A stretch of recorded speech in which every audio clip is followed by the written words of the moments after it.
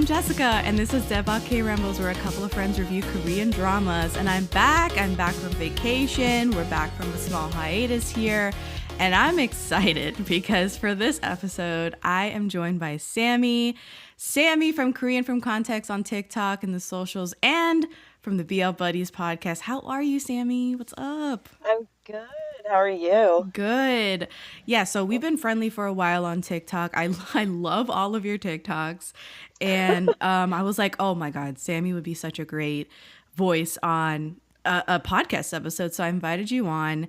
You're actually a writer, first of all. Mm-hmm. And you have a couple of books out that you're so graciously going to send me. But honestly, if you haven't picked up some of her books, there's 2 of them right now, and she's working on more. Please do so. They will help you learn Korean as well, which is an added bonus. Yes. Yeah. But they're romance, right? Like, I'm not wrong in thinking Yes, they're K-drama inspired. So it was all K-drama inspired romances. I know. So how did you get into K-dramas really fast? It's funny. The simple answer is the Try Guys. Eugene didn't expect that answer whatsoever. Eugene had made them all go to KCON in LA, and this was, way back, like years ago. Years ago. And he made them reenact a K-drama scene, and I couldn't understand this scene. It made no sense to me. I was like, I need to understand where this is coming from. So I found the K-drama, which was My Love from Another Star. Oh God. And I watched it. I found it on Drama Fever. R.I.P. Drama Fever. My God. Yeah. Bro, you're hitting nerves. I know. And so I binge watched it like in 2 days, and I went, I need more of this. I need everything that has ever come out. I want it all. And that was literally the beginning of the end for me. Wow. That is a fantastic story. I love the Try Guys. They just had not too long ago, there was like this giant scandal. But anyway. Oh, yeah, I remember. Try Guys is like a pillar of YouTube, and I can't believe that they got that. Like, Eugene got you to watch a K-drama, My Love from the Star, which we reviewed earlier. Yeah, because My Love from the Star is like a gateway Hollywood drama, and it got you. It hooked me, sucked me in, and I was literally just trying to find the scene that they had reenacted. Like, that was my only goal. Yeah. And I think that scene was maybe in the 8th or 9th episode, and I still binged. I was like, nope, I want the rest. I need to know what happens to these. What happens to the alien and the movie star? Exactly. Oh my God. You know what? That was probably the top answer that I've had from asking this question every time. I'd be like, wow, glad you're here. Really excited to cover the drama that we're going to cover, which is The Heirs / Inheritors. And before we get into it, if this is your first time listening, go ahead and subscribe on your favorite podcast app. We're on Apple Podcasts, Google Podcasts, and many more. If you like us, please give us a 5-star review on Apple Podcasts. That goes such a long way for people to discover the podcast, just like you. And come check us out on social media to stay up to date on everything that I do. You can find us on Twitter, Instagram, Facebook, and TikTok at Daebak Pod. And lastly, if you're a fan, please consider becoming a patron. It's such a great way for you to get involved and show your support. And you can check out the page on patreon.com/alwayscriticpod. And thank you to our patrons, Curtis, Bale, Cindy, CD, Grace, Alana, Lorna, and Mohammed. Love you guys. And without further ado, we're going to get started on this non-spoiler section. I'm going to go ahead and read off the Asian Wiki synopsis, which I actually cobbled together with my drama list synopsis because they were both incoherent. So you know about it. Mm-hmm. Yep. Yeah. So here goes. The Heirs depicts the friendships, rivalries, and love lives of young rich heirs led by Kim Tan and a girl named Chan Sang.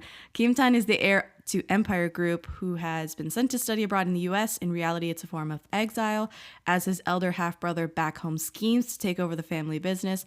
While in the States, Kim Tan meets Chan Sang, who arrived from Korea in search of her older sister. He feels himself falling for her and never realizing that she's the daughter of his family's housekeeper. Dun, dun, dun. Yeah, so this drama aired from October to December 2013. I was there. Where's my little sign, the little badge that says like I was there?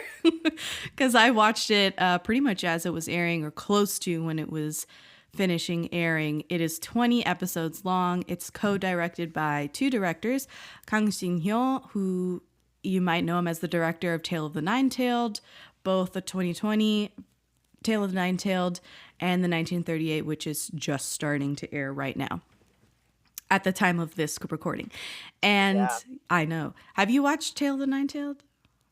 I haven't, but my cousin has been trying to convince me to. I think I might have to do it. Okay, so here's the thing. I have like no desire to watch Tale of the Nine-Tailed. I have there's nothing making me watch it. I have no sense of urgency. People are like, I can't wait for 1930. I'm like, that's great. I think unfortunately I've seen the spoilers, so like I know the things that happen, so like it's kind of pointless for me to watch now because I see the things and I'm just like, no, I don't need trauma right now. I don't need trauma. Yeah, so there's that. And then Heirs was also co-directed by Bu Sung-chul. He's directed Ghost Doctor, Mask, and My Girlfriend is a Gumio from 2010, among others. Of course, I think this is the star of the behind-the-scenes team. Heirs was written by Kim Eun-sook. The Kim Eun-sook from so many other dramas. She's written the Lovers series from the early 2000s, which is Lovers in Prague, and Lovers in Paris. She's written Secret Garden, Gentleman's Dignity, Descendants of the Sun, Guardian, The Great and Lonely God. Oh my gosh. AKA Goblin. She's written Mr. Sunshine. She's written The King, Eternal Monarch, also with Lee Min-ho. She's written, obviously, and most importantly and recently, The Glory Parts 1 and 2, which just kind of swept at the Baeksang Awards and got nominated a lot. So that's Kim Eun-sook. Have you watched other Kim Eun-sook dramas? I have. Yeah. I loved The King, Eternal Monarch because I love Woo-do-won. Oh, Woo-do-won has such a great part. Yeah. He stole that entire series for me. You know I literally only watched it for him. Yeah. Oh, yeah. Great. Yeah. So I loved Lee Min-ho. I've always been like a low-key Lee Min-ho fan. At first, I was like high-key. Like, I love Lee Min-ho. I'll watch anything he's in. Now I'm like a, lesser stockholder of Lee Min-ho, like stocks. And you sold your shares. Yeah, like I sold some shares. It's very casual. So I was like, oh, Lee Min-ho's coming out with a new drama. Big deal. And it had Kim Go-eun in it, and I was like, "Oh my god, I love Kim. I have more stocks in Kim Go-eun than I do in Lee Min-ho at this point." So I watched it, and I was befuddled 100% of the time. And I'm a person who loves time travel, loves fantasy, will give anything a shot, and watched it and was like, this is a mess. Like, I can't even deal with this. Yeah. It was a hot mess. Woo-do-won was the only reason to enjoy it at all. Yeah. So I completely agree. But I did love Goblin. Yes. Goblin. That was chef's kiss. kiss. I sob. No matter how many times I watch that show, I will cry. Yeah. Guaranteed. No. Every time. Somewhere inside, he's disappearing in front of Kim Go-eun, and she's doing those like guttural like sobs. I'm like, I'm a wreck. Like I can't really deal with it. I can hear it right now, and I just. Oh God, it's perfect. So we've covered a lot of Kim Eun-sook on the podcast. I think maybe you could say this is a low-key like Kim Eun-sook podcast. Because we've ended up covering Descendants of the Sun, Goblin, Mr. Sunshine, The Glory, and we're here with The Heirs after the fact. That was not intentional for us to review The Glory and then The Heirs, but it's fine. We're here. It's gonna happen.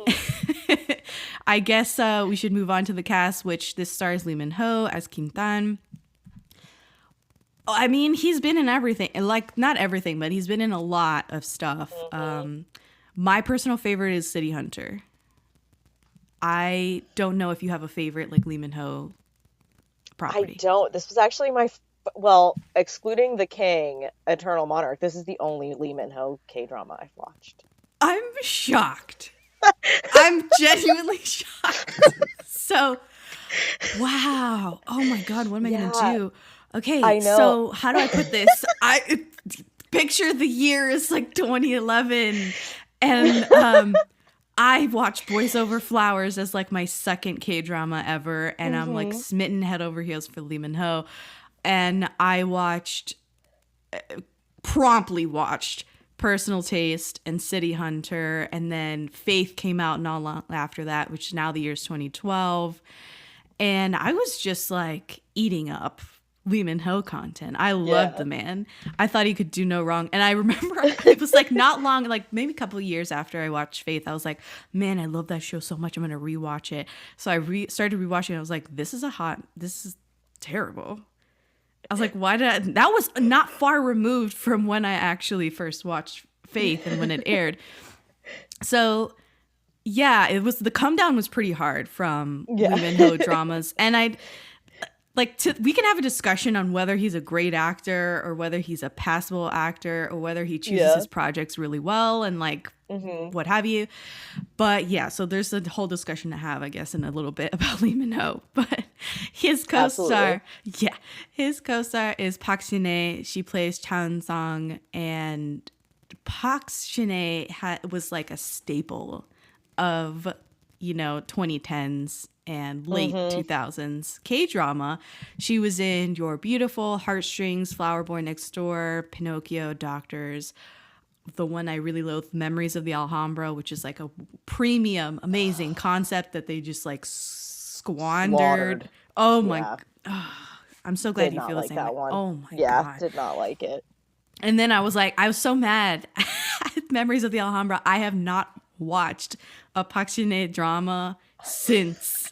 Okay, I skipped Sisyphus. My God. Yeah, no, I skipped Sisyphus, and she's coming out later this year with Dr. Slump. I was gonna say I never even heard that one. Yeah, no, I was like, when I saw that on the thing, I was like, well, good for her, I guess. Yeah, because she went off and got married to Taejun.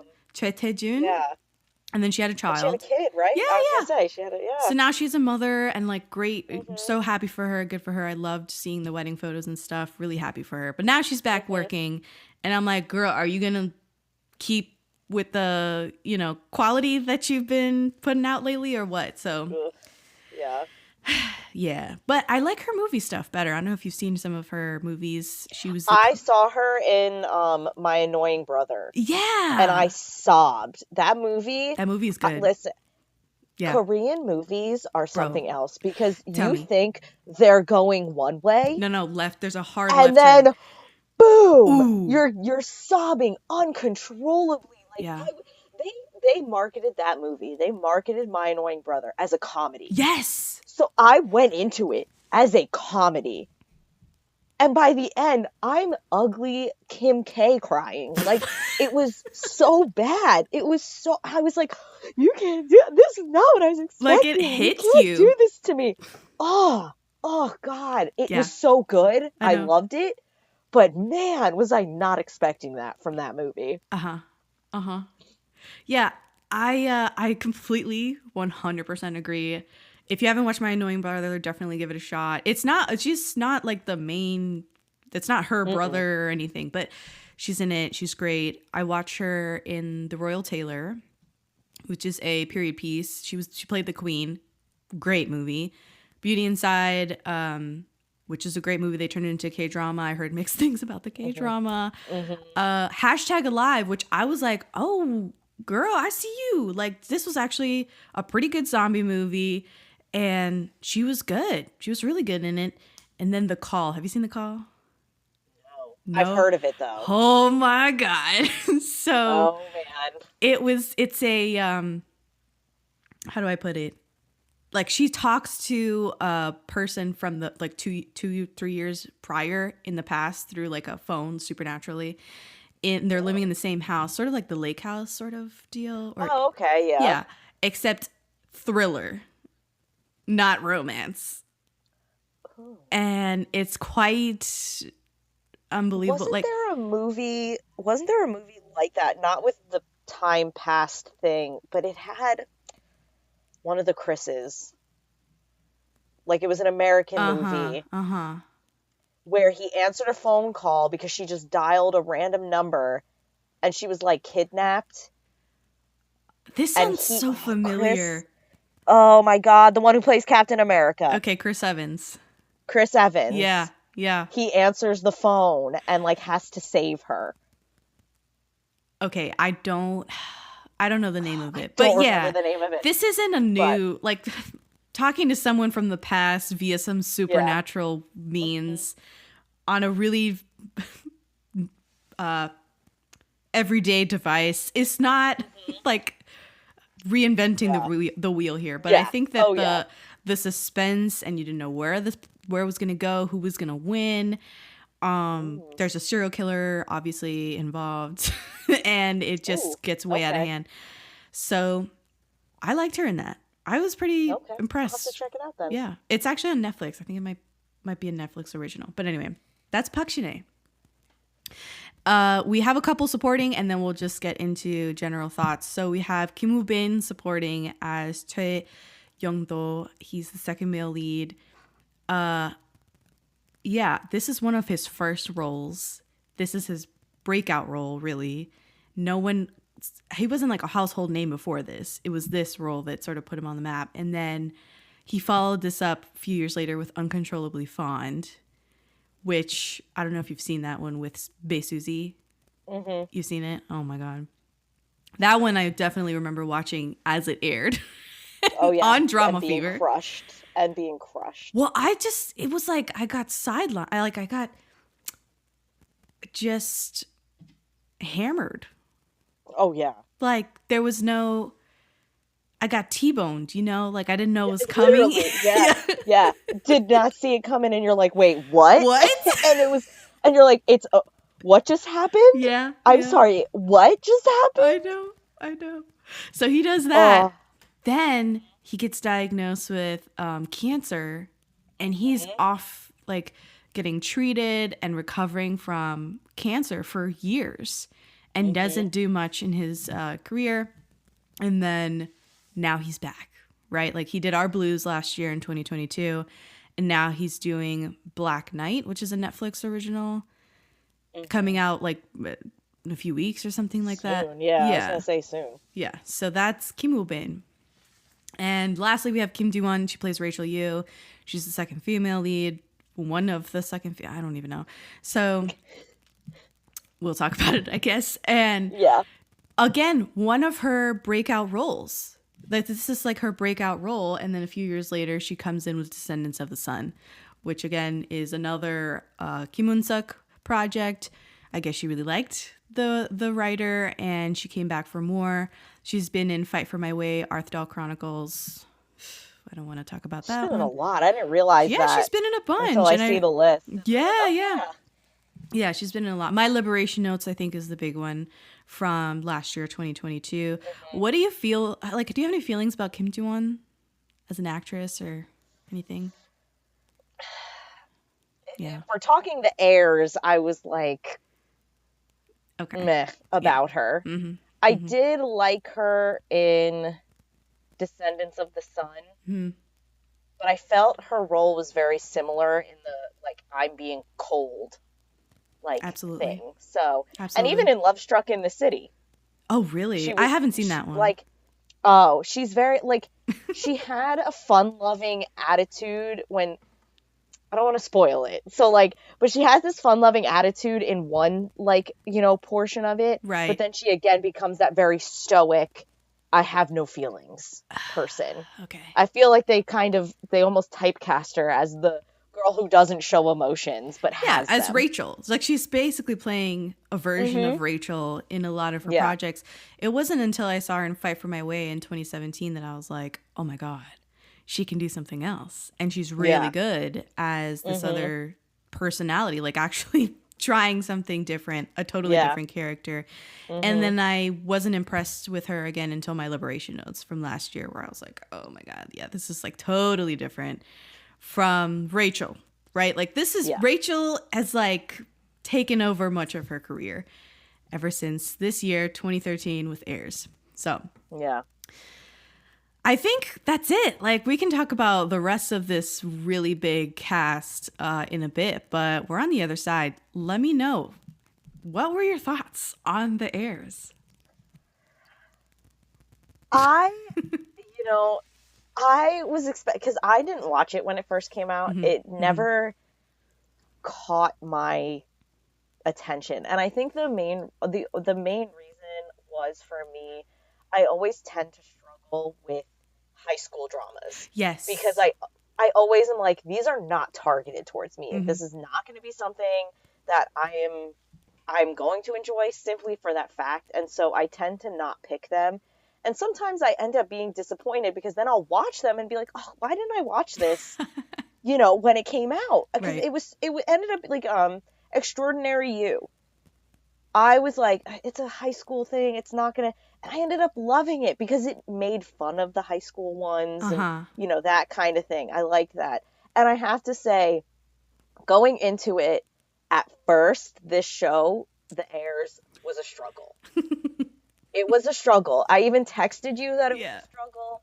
I said, hey, girl, can we push this back a little bit? Because it's rough out here. Like, it was rough, that first episode. And then, I got past that first episode. I was like, okay, I get it. I can see why people were drawn to this show. I can see why people were, loved it so much in that 20, but it was also a very 2013 drama. When watching it, I was like, oh man, they haven't done this in years, where, the three are standing in a triangle and she's just staring at both of them and the camera pans to all three like 15 times before, boom, cut scene, the episode is over. Like, I hadn't seen that in so long. I was like, oh man, throwback. And I sure enough, I really did enjoy it more than I thought I was going to. Wow. I did. Oh my God. Okay. Wow. What a twist. Because I thought you were going to say I didn't like it. Was a struggle to get through it. And, I ended up not liking it. So I'm going to come in a little bit hot here. So, what happened with me was I watched it very near to December 2013 when it finished airing. And I believe I watched it on Drama Fever. And R.I.P. For, if you know, you know. And I was excited. I knew that this was a really big deal, that Lee Min-ho was in another high school drama. And it was like buzzing, right? Even though I wasn't on Reddit, I wasn't on Instagram, like I wasn't immersed in the K-drama community like I am now, I knew that this was a huge deal, that people were watching, that this was popular. And I think that I was really blown away by the fact that they filmed like the first 3 episodes in California. That was a huge, now we don't really think so much about it. Yeah. But back then, that was a huge deal for them to send the entire production overseas and to film on location and have this different locale. We weren't in Seoul. I was like, oh my God, like I was really riveted by those first 3 episodes and intrigued by this weird relationship that they were starting up. Basically, she's a fish out of water and he's just this weird exile. He's an heir and all this stuff. And he's basically playing a version of Ko Jun-pyo from Boys Over Flowers, right? That character. And I was like, okay, I understand where this is going. Somewhere inside the next 18 episodes, I think I remember being annoyed. Because it was treading water. Like the plot was wafer thin and it was treading water for like episodes on end. And there was a lot of wallowing and crying. And I don't remember being as immersed necessarily in like I think I was more immersed in the drama, but I wasn't like crying. I wasn't like, strung out over much of this drama. And I didn't remember a lot of it. So returning to it, I was like, wow, they're filming in California. Like I started on the same like sort of cycle where I was like, oh yeah, like they did this whole California bit. And I was like laughing at it's so bad. Like, it's ridiculous. It's horrendous. Yep. It was. That's why I said it was it's struggle bad to get through that episode. And I think I remember being really sort of surprised that her mother, Chan Sang's mother, was mute. Like, that was a huge deal to me back in the day. I was like, I've never seen a character with a disability like that. And like, they're doing sign language and stuff back and forth. I was like, this is amazing. So I thought, like, in my limit, this wasn't the term back then, but like representation was really sort of a positive for me back in 2013 when I watched. But man, I couldn't really get into it this time around. There was very few moments where I was like, yo, this is really cooking right now. Like, this plot is really, like, you know, like, it was, the story's worn out. Everybody's unreasonable, and it's so unreasonable. Absolutely. I didn't like Chansung. I thought she had no personality. None whatsoever. None whatsoever. Yet all these men were falling over their feet for her. Yeah. Like, I think maybe the reason I enjoyed it the way I did, it was not necessarily the plot. It was not the acting or anything. I think it was that idea of I was watching an old K-drama in a current mindset. Right. Okay. And the things I enjoyed were things that I kind of was like, oh my God, like things that I used to make fun of in K-dramas, like the back hugs, those like crazy back hugs where she would like lose her. Oh my God, what are you doing? Get off me. You're giving me a hug in public. How dare. And like things like that. I think that was, and like you said, the ridiculousness of how unwilling to see people's perspectives on things. Right. And like, just, you couldn't go from like, they would go from A to Z and skip like all those letters in between. And you were sitting there going, but there were other options. Right. There were so many other options. Why did you do this? Why? It's like, exactly. Like, it was, and like, yeah, I think that's the reason I enjoyed watching it, because this was my first time.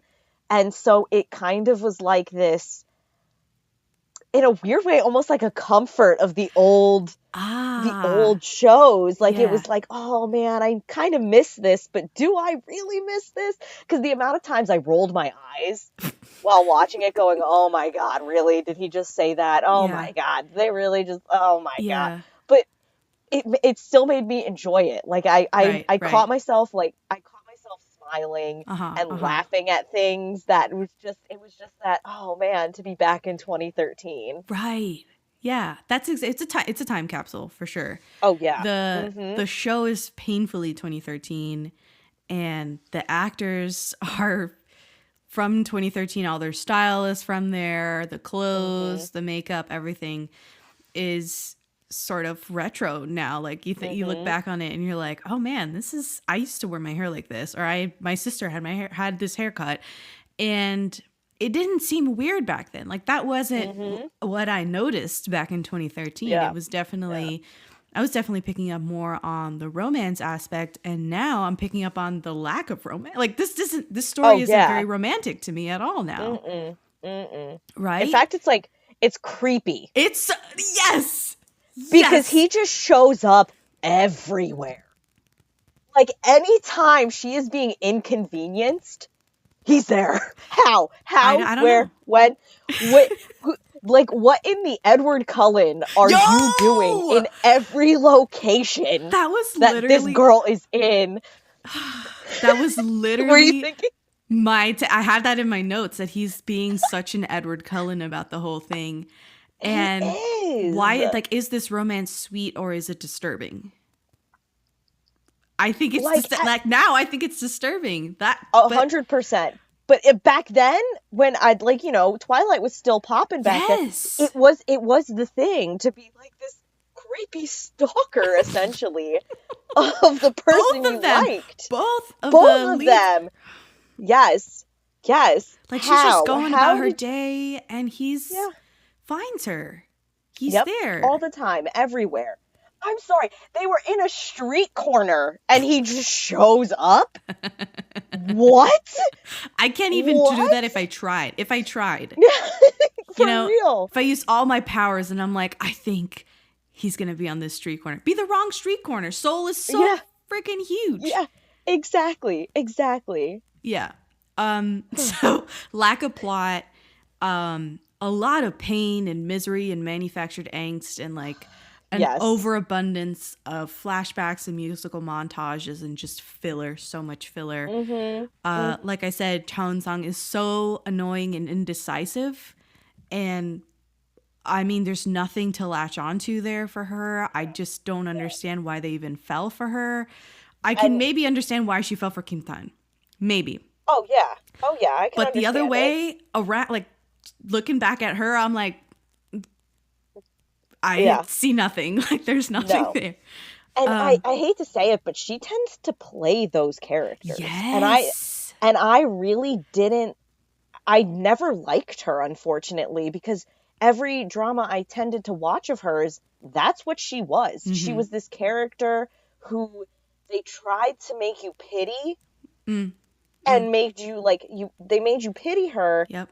And that's the reason that they should love her. Right.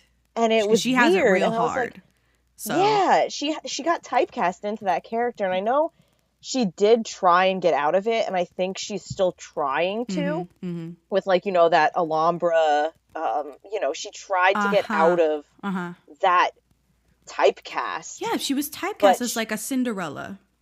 Yeah. Every time. Yeah, but a boring Cinderella. And boring. Like at least Cindy had some chops on her. She had goals in life. She had friends, animal friends, whatever. You can make a play for Cinderella having way more personality than Park Shin-hye in this freaking drama. She's literally, and again, like the Cinderella comparison is really runs deep in this drama because she's literally living in the maid's closet in this giant mansion that might as well be a castle. And in this case, in this drama, our Prince Charming doesn't really care about being the prince, doesn't want the crown. If I had a nickel for every time they had a "he who bears the crown" line in this, oh my god, yeah, I could go to Chipotle on it. So, I am kind of on the set. Like, I think you liked the sort of K-drama nostalgia of the show, but once you start looking at it, it's like a Monet. Like you look at it up close and you're like, this is terrible. Yeah, this is absolute. It's awful. Just what is happening. Yeah. Dang. So I do want to say a few positive things because I feel like the chemistry between Park Shin-hye and Lee Min-ho at times was okay or passable, sometimes good. I liked when they were bickering. Sometimes their bickering was pretty good. Like they were fast. Like the back and forth was fast. Reminded me a little bit of Gilmore Girls. And the writing was a little bit witty during those moments when they were just snapping back and forth at each other and having these sort of moments where they were understanding each other, or she started flirting all of a sudden. He was like, oh my God, she's flirting back with me.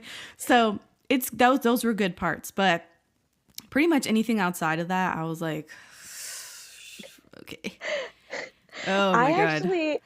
I think I'm going to take not the opposite, but I actually liked her and Woobin. Yes, let's talk about it. I loved their bickering and their hate, but not hate, him trying to figure out what he's really feeling about her by being that bully, but then realizing he doesn't want to bully her, but it's the only way he knows how to show affection. Right. This is so old school. An old school mentality. Right. And a lot of things are archaic in this, but the fact that the boys are using straight up aggression to sort of woo her, and Kim Woo-bin especially with his bullying, which we'll talk about that in a minute. But him trying to get her attention by being outright snobbish and mean to her.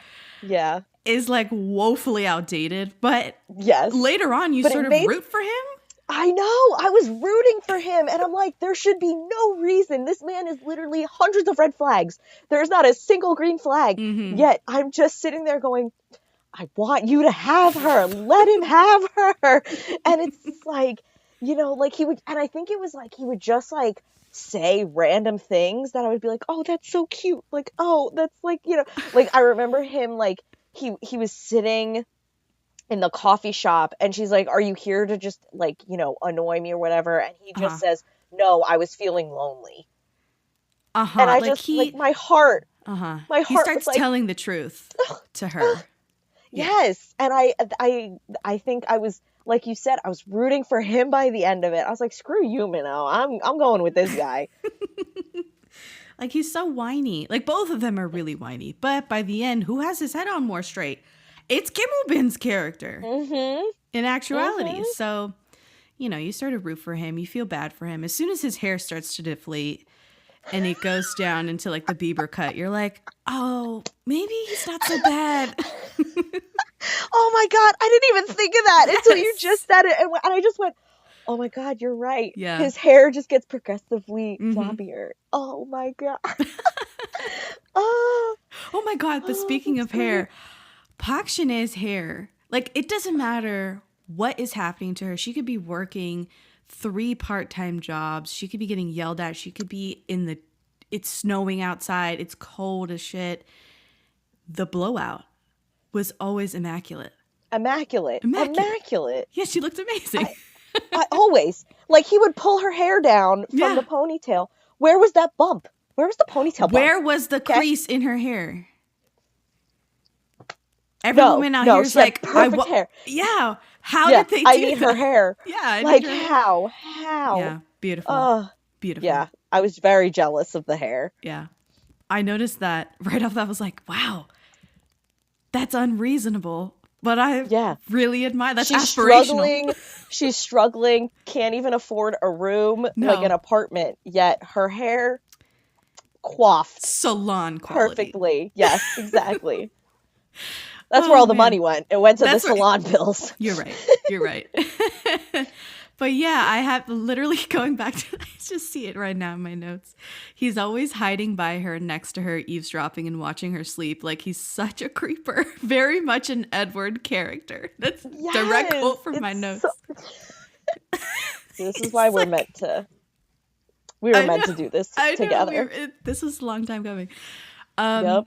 I think this is one of the last bastions, or this era of K-drama is a different generation, because we're still getting red flag male leads.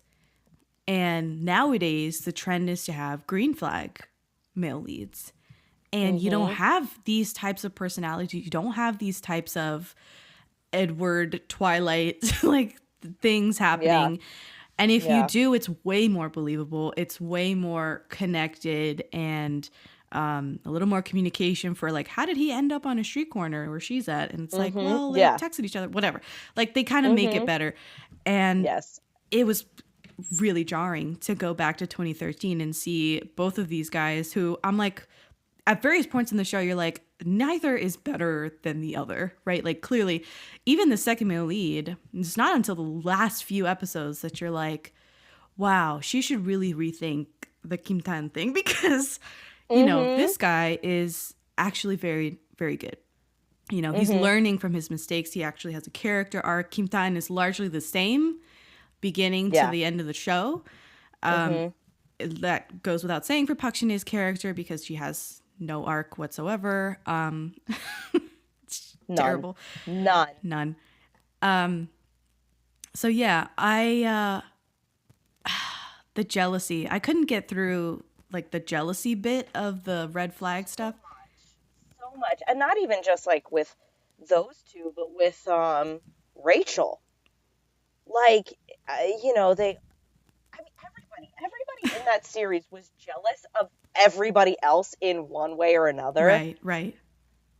And I think the crazy thing was they constantly knew that.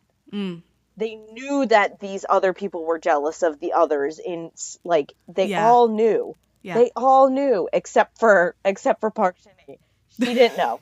she was oblivious to all this jealousy that was going on. Yeah. But everybody in that show was jealous of somebody. Yeah. And I was like, you know, why? Why? Just move on. Let's get past it. Talking about why, I also didn't understand the animosity between Kim Tan and Woo Bin's character, right?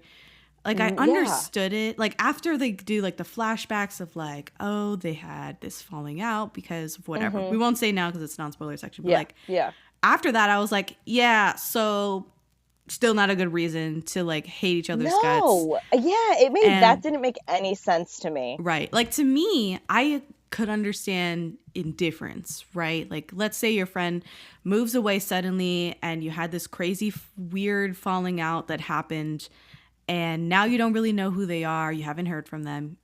I can understand they just don't care about each other anymore. Like, they have nothing 100%. To do with each other. Not this, so I can understand that, not this active hate. That takes way more energy to hate someone than it just does to not care. So I feel like that's something that probably if this was written today, they would go a little more in that route where it's like they don't really have anything to do with each other. They're more indifferent to each other.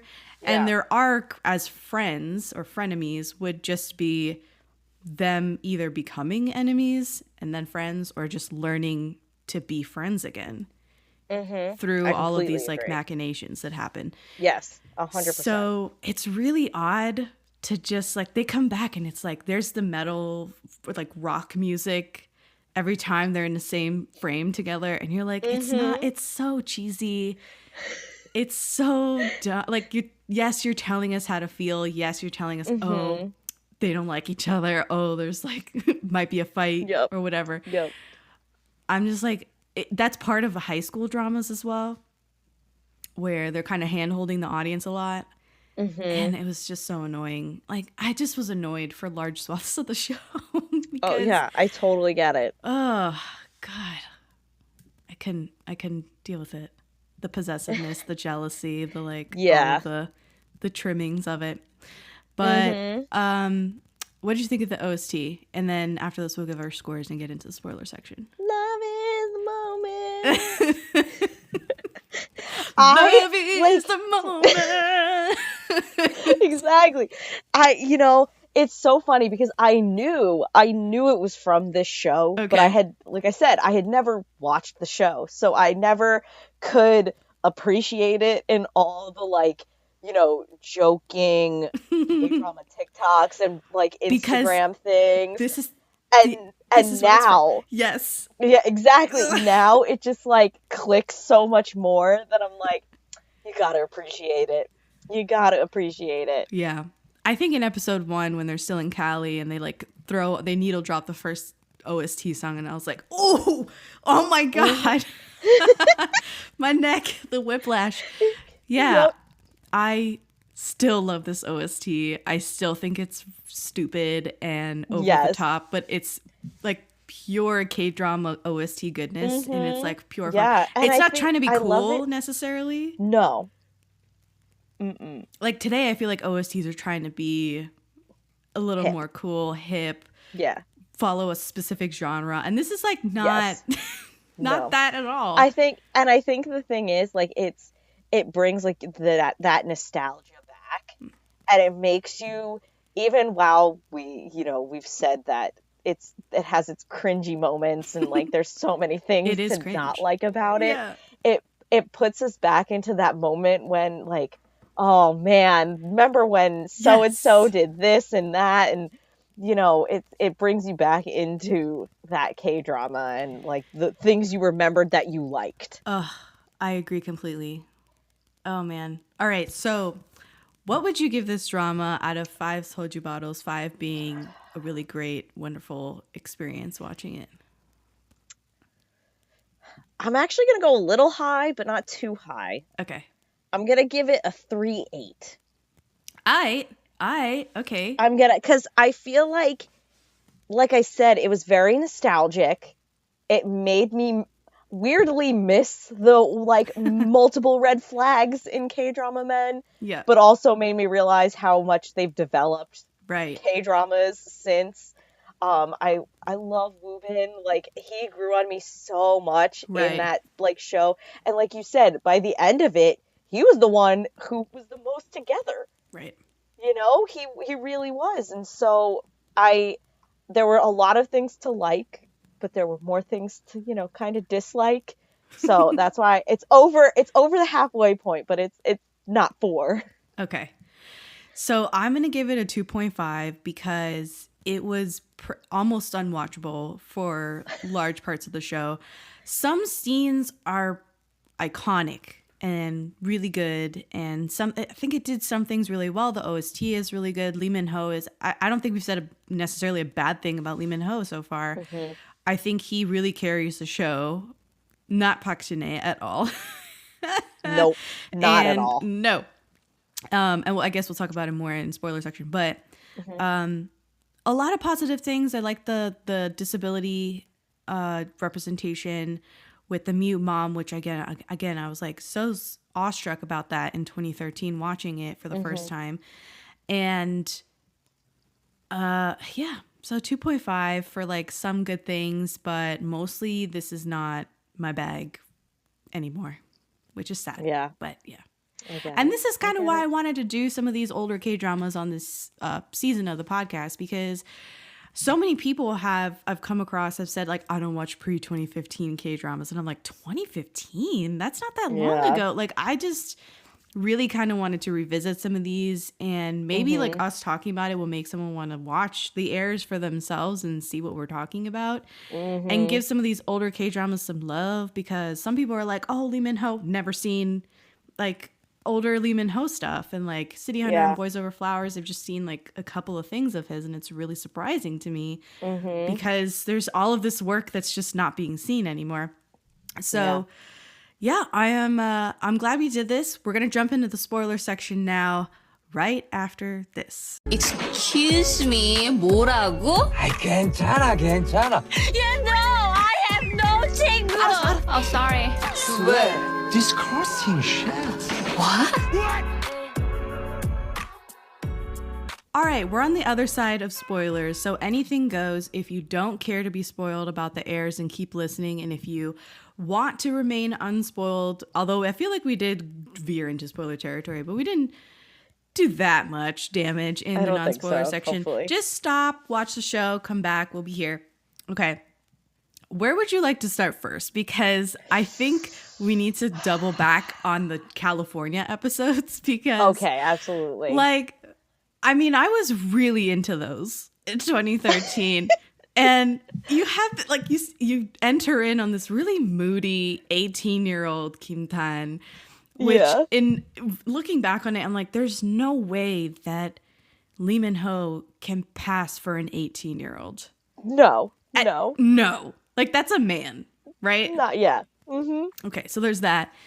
And I had to like suspend reality. Because none of them looked like they were teenagers, and like, Korean skincare. Some of these people look way younger than they actually are. Yeah. But I still couldn't believe that this 20-year-old man was a high schooler. Like, no. So, and then so we find out he's an unwanted, illegitimate child. His brother shipped him off to America in this weird exile thing. You don't even know. You don't really understand. No sense. Made no sense. Yeah. The family dynamics, you don't really understand it, but you're like, okay, I guess we'll figure it out later. And the scenes of him surfing. so fun fact. Oh God. Fun fact. Lee Min-ho actually learned how to surf, but is not a good swimmer, like doesn't really know how to swim. He said that in an interview, that he was like, yeah, I think they asked him like, who would you save, and named 2 like co-stars. Yeah. Like in stupid, those are stupid interview questions, but he's I don't really swim. Like that was his answer, was like, I don't really swim. So I'm like, okay, cool. So they got this man to learn how to surf just for this. And then what do we get? We get an outdoor beach shower scene right off the bat. Right off. You gotta sell us on it, you know? Yeah, no. You know? And I thought he looked really good. Like, even going back and rewatching, I was like, Lee Min-ho, like, had something, you know? And 100%. 100%. Okay. English. Lee Min-ho speaking English, abysmal. And I know he's only supposed to be in California for like 3 years, but he has managed to get a whole plethora of friends. And they all seem to understand his really bad English. And I feel like if you're so immersed, you probably get the hang of it a little faster than, usual. And all the classes are in English. You know what I'm saying? Like, he's doing business in English, and he's still pretty rusty on speaking English. So I was like, ooh, this is painful. Why does the school look like a college instead of a high school? Yeah. So but it's just all nonsensical. That I kind of suspended because the only reason was because I remember watching like The OC. Oh, way back in early 2000s and stuff. I know, I'm dating myself here, but like, their school very much looked like that, but they were also in high school. So I'm like, maybe it's just like a California thing and not East Coast. We do not have campuses for high school. Okay. Never happened. I got portables. Did you get portables for some of our high school? No? What's okay. that? That might be a Florida thing. Okay. So we'll move on. So these are like temporary, almost like trailers, but they're not trailers. It's like Oh yes, we did have something like that. Okay. And they were like outdoors and Yes. Yeah, you would have to run to them in the rain and stuff. Yes. Okay. Hitting the trauma, but it's okay. Sorry. No, it's fine. We don't need to. Do you want to unpack that right now? No, not right now. So, maybe later. So the best friend with the long blonde hair, atrocious actor. I don't know where they found this man. He made me cringe. Ugh. Every time he came on the screen. I almost wish that almond or whatever, it was like bean paste. powder. Yeah. I wish that bean powder knocked him friggin' out because he thought it was drugs. He like took off with a giant bag of bean powder. Like a freaking First of all, idiot. how'd she get that through customs? Exactly. How did she get that through customs? Yeah. Like, what? No. Absolutely not. And it's like, I don't, oh God. Long story short, like so many like terrible moments so far, but at least we're in California, I guess. We get Park Shin-hye, we get her intro. She's tired of being poor. She feels awful for wanting to get out of her home situation. She feels guilty for wanting independence from her mom, guilty that she wants a better life. And she's like, we never talk about this again, but like she's full on abandons her mom in Korea to go live with her sister in the States. That was why she landed. That was the intention of her landing in the States, was now I'm going to live in the United States with my sister who's doing really well. Plot twist, the sister's doing terribly. She's working full-time as a waitress in this weird, it looks like a regular like beachside restaurant, but somehow she's getting sexually harassed every day. All the time, everywhere. Like, it's not a Hooters or like a Twin Peaks sort of place. So I was like, I don't even get this.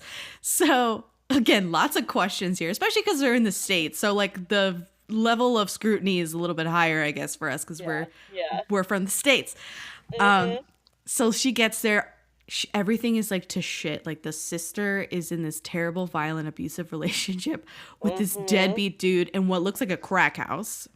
Oh, seriously. It looks like a crack straight house. up crack house. Yes. And Lee Min-ho like sees all the drama and he's like just in the middle. Like she's watching her sister get sexually harassed in the restaurant and she's doing like the Park Shin-hye lip biting, chin quivering like thing is so, I hate it. Like to this day I hate it. I think that's ridiculous acting. Lip biting because she like is frustrated and like she can't like express it any other way. And Lee Min-ho is literally sipping coffee watching this drama play. I was gonna say your TikTok of literally him just watching these two and just like the Kermit. He's like meme. the Kermit.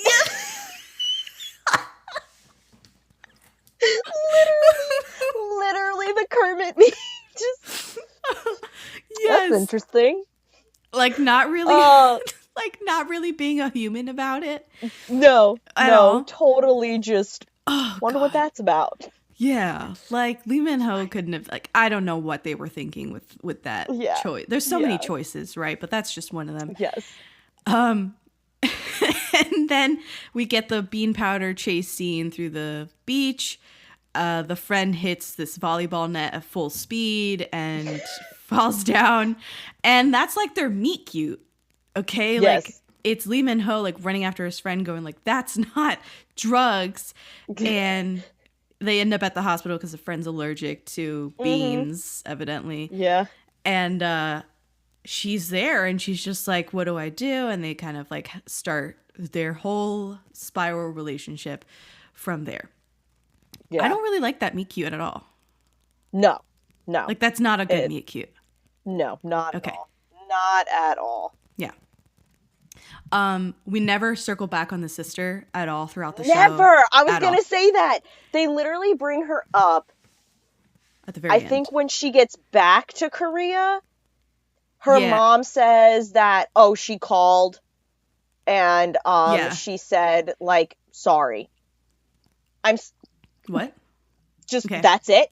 That's what you accept of this entire... That's like a cold bitch right there. A cold bitch right there. Because she stole all the money that the mother had. Oh, yeah. And fucks off, like, doesn't tell them where she's going, what she's doing. Nope. And, like, that's it. You guys are going to just have straight to deal up with this. abandons them. And you're like, that's fine. No. What kind of sister is that? And then they reference her, I think in the last episode or so, where... the mom was like, oh, yeah, she texted me. And I was like, texted? Like, the shots just keep coming. Like, not even a call? She texted to say she was okay. She got a job. She's fine. Back on her feet. What? Crazy. Yeah. Yeah. You got to pay us back? All the money you stole? Like, hello? Bruh. Yeah, so, I hated that. Hated it. They make America look really good. And really bad. And at the same time, At the same time, the roving band of gangsters that like come upon my Park Shin-hye when she's waiting for her sister by the crack house, which what the fuck was she thinking, first of all?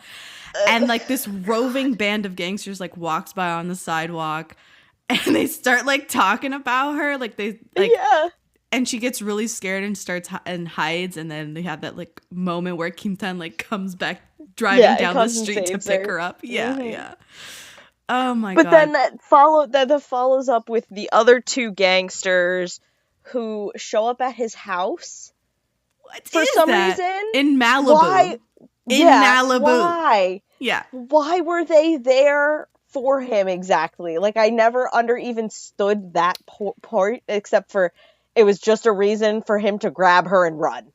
Yeah. Like, that was like episode whole thing 2. Never made sense. Yeah, no, them running. And then, oh my God. But this scene is so iconic, right?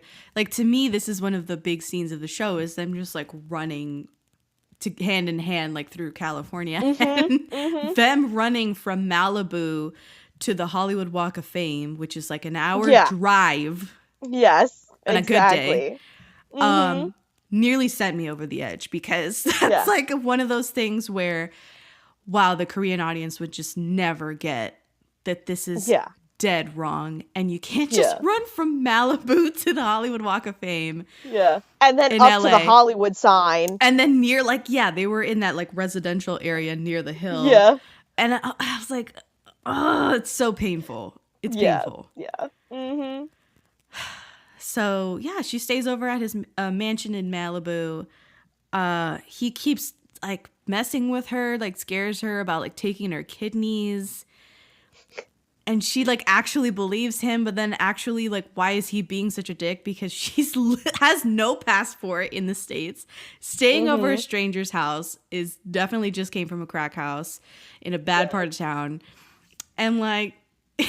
He's like clearly joking about the kidneys, taking her kidneys and stuff. And I'm like, she's clearly going through it. Wrong and move. He's just gonna like, wrong move, bruh. His flirting was so questionable. Oh yeah. But we do get the balcony stare. Like she wakes up in the morning and walks out onto this that was funny backyard. Yeah. And he's up on this balcony staring down at her as if she's an SAT question. Like, what is the look on his face? Like, I have but this is also iconic, like this scene. And then she like sees him and has this like bashful look of like, oh yeah, sorry, I was just looking at this majestic view out this $1 million mansion that you have here. Yeah. Didn't mean to bother you here. Interrupt. Yeah. Oh man. So I just can't with these California episodes. It's like one thing after another.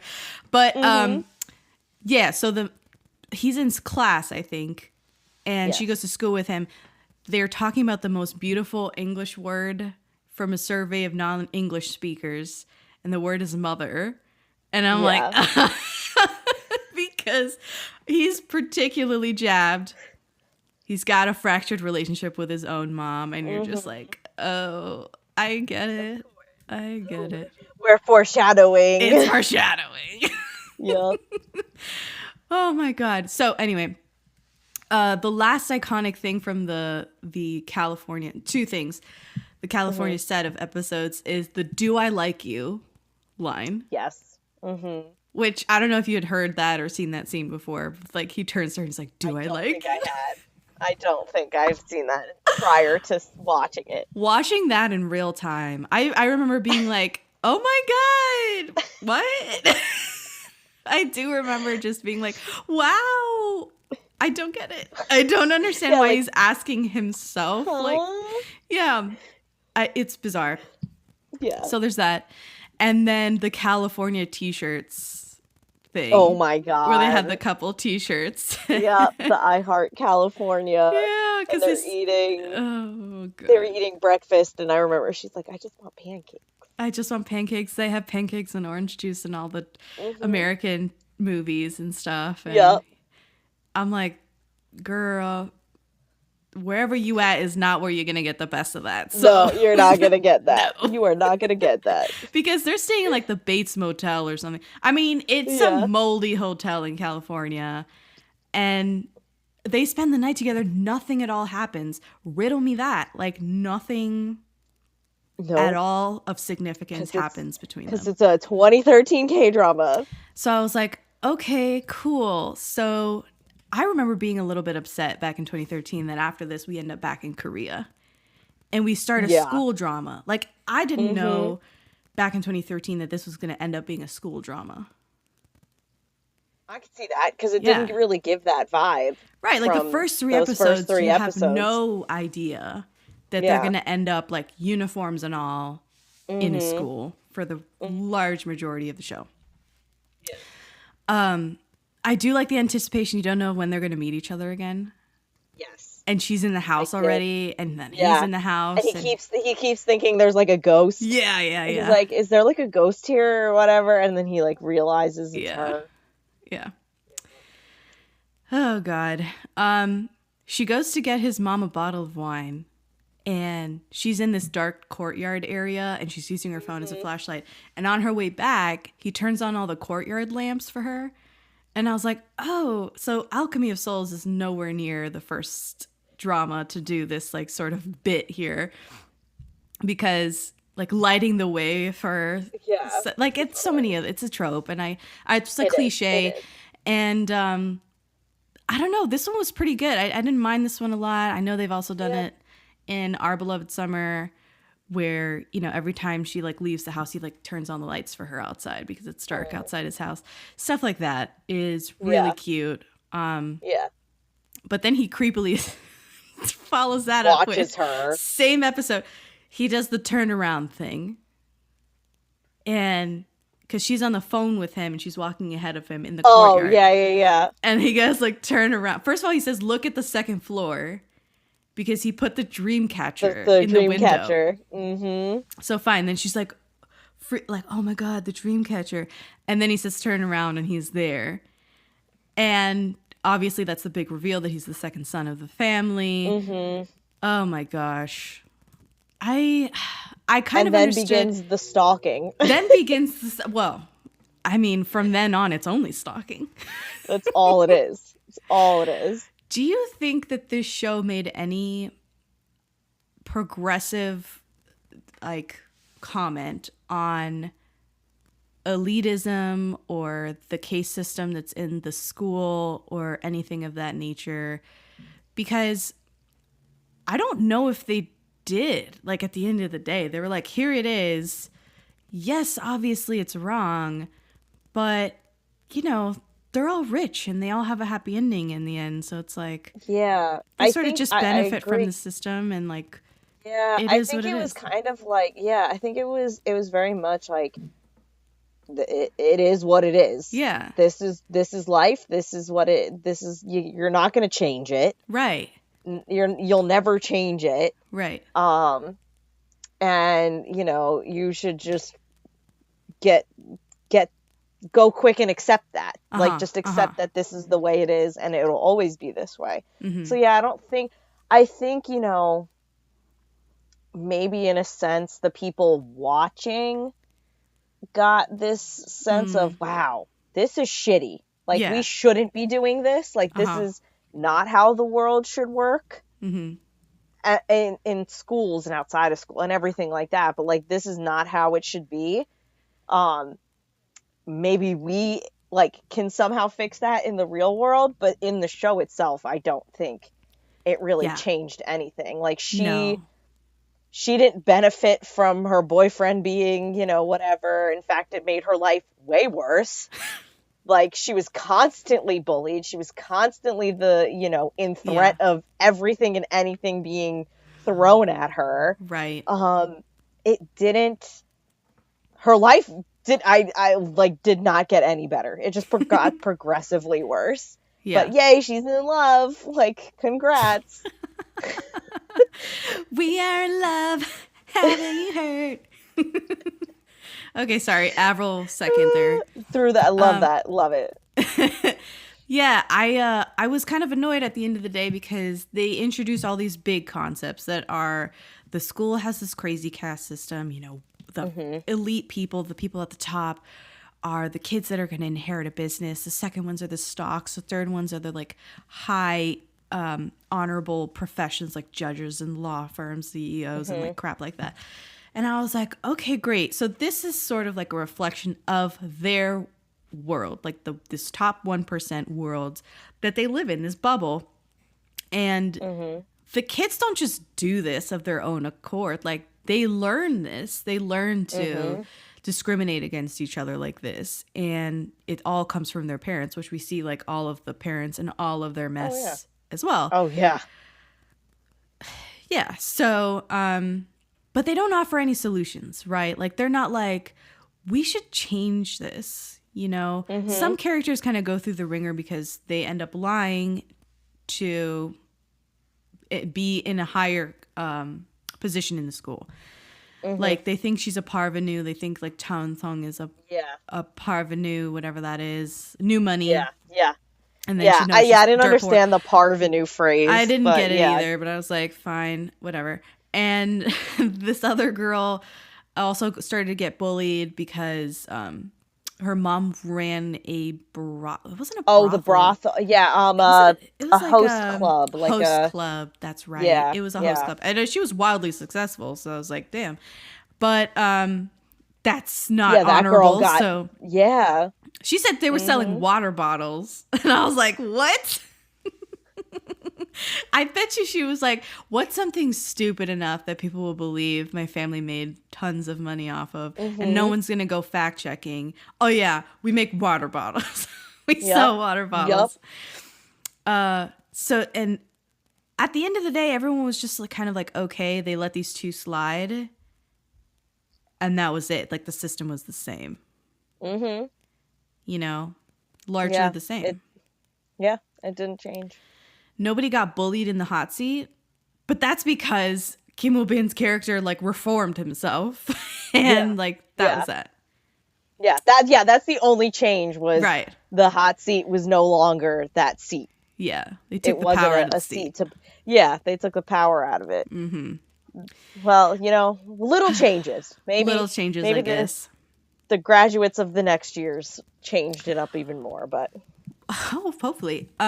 What did you think about the whole drama with Rachel and Kim Woo-bin's character possibly becoming siblings and their parents being engaged, and then that having like a weird ripple effect on everyone around them and their relationship, and like it was weird. I think it was weird. I think, you know, when I first started the show, I was almost thinking that they were going to end up together. Like a Cruel Intentions thing, like they're Yes, step siblings, but like they have a thing. Either that or like the parents would end up not getting married, and they would just like, you know, be like dating and whatnot. I don't know why. I think because they were both such horrible people. Yeah. You know, I was sitting there going, these two are absolute trash, especially in the beginning. Oh, yeah. That they deserved each other 100%. Like, they were just the worst of the worst. But then, you know, like we said, you know, Woo-bin's character really did develop so much more than any other character in that show. So by the end, I didn't see them ever, like, being anything. Because she stayed... She stayed that petty, angry. Yeah, like, listen, lovers have been scorned before you, after you, and like, you know, at the same time. You need to learn when to take the L. And she just refused. She outright refused after he straight up said to her, I don't love you. I like this girl. Yeah. He didn't pick her up at the airport. Bro, because there was so many things he didn't do. Like, yeah, he didn't pick her up at the airport because it was too hot and he didn't feel like it. Like, he didn't take her on a date for their anniversary of their engagement. He didn't, you know, he did nothing for her. And yet she was, like, obsessed with him. No, she caught feelings hard. Yeah, and I'm, like, sitting there going, but why? Yeah. And that was another thing, you know, add to, like, the toxicity of 2013 of... chasing somebody you know doesn't want you and treats you like dirt. Shit. But no. He one day will love me. He'll love me and he'll, like, you know, change. And no, it's not going to happen. He doesn't like you. Just move on. Yeah. And he was like, you're the one who's breaking the rules by catching feelings. And we have an agreement. It's a marriage of convenience. Why are you catching feelings? That's against the rules. And she was like, I don't care. I want you. And that's that. Like, yeah. Yeah, and then Rachel was a problem.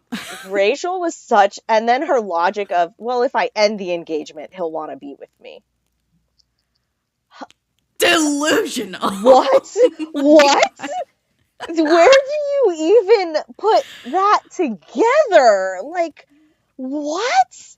I just know that was so, yeah, like, again, in 2013, it makes sense because, yes, that is what somebody would do. Like, I can guarantee you that is very much any other show you watch would have very similar characters and everything like that with that same mindset of, surprising. If I make them hate me, they'll love me. They'll come to me. They'll come around. Yeah.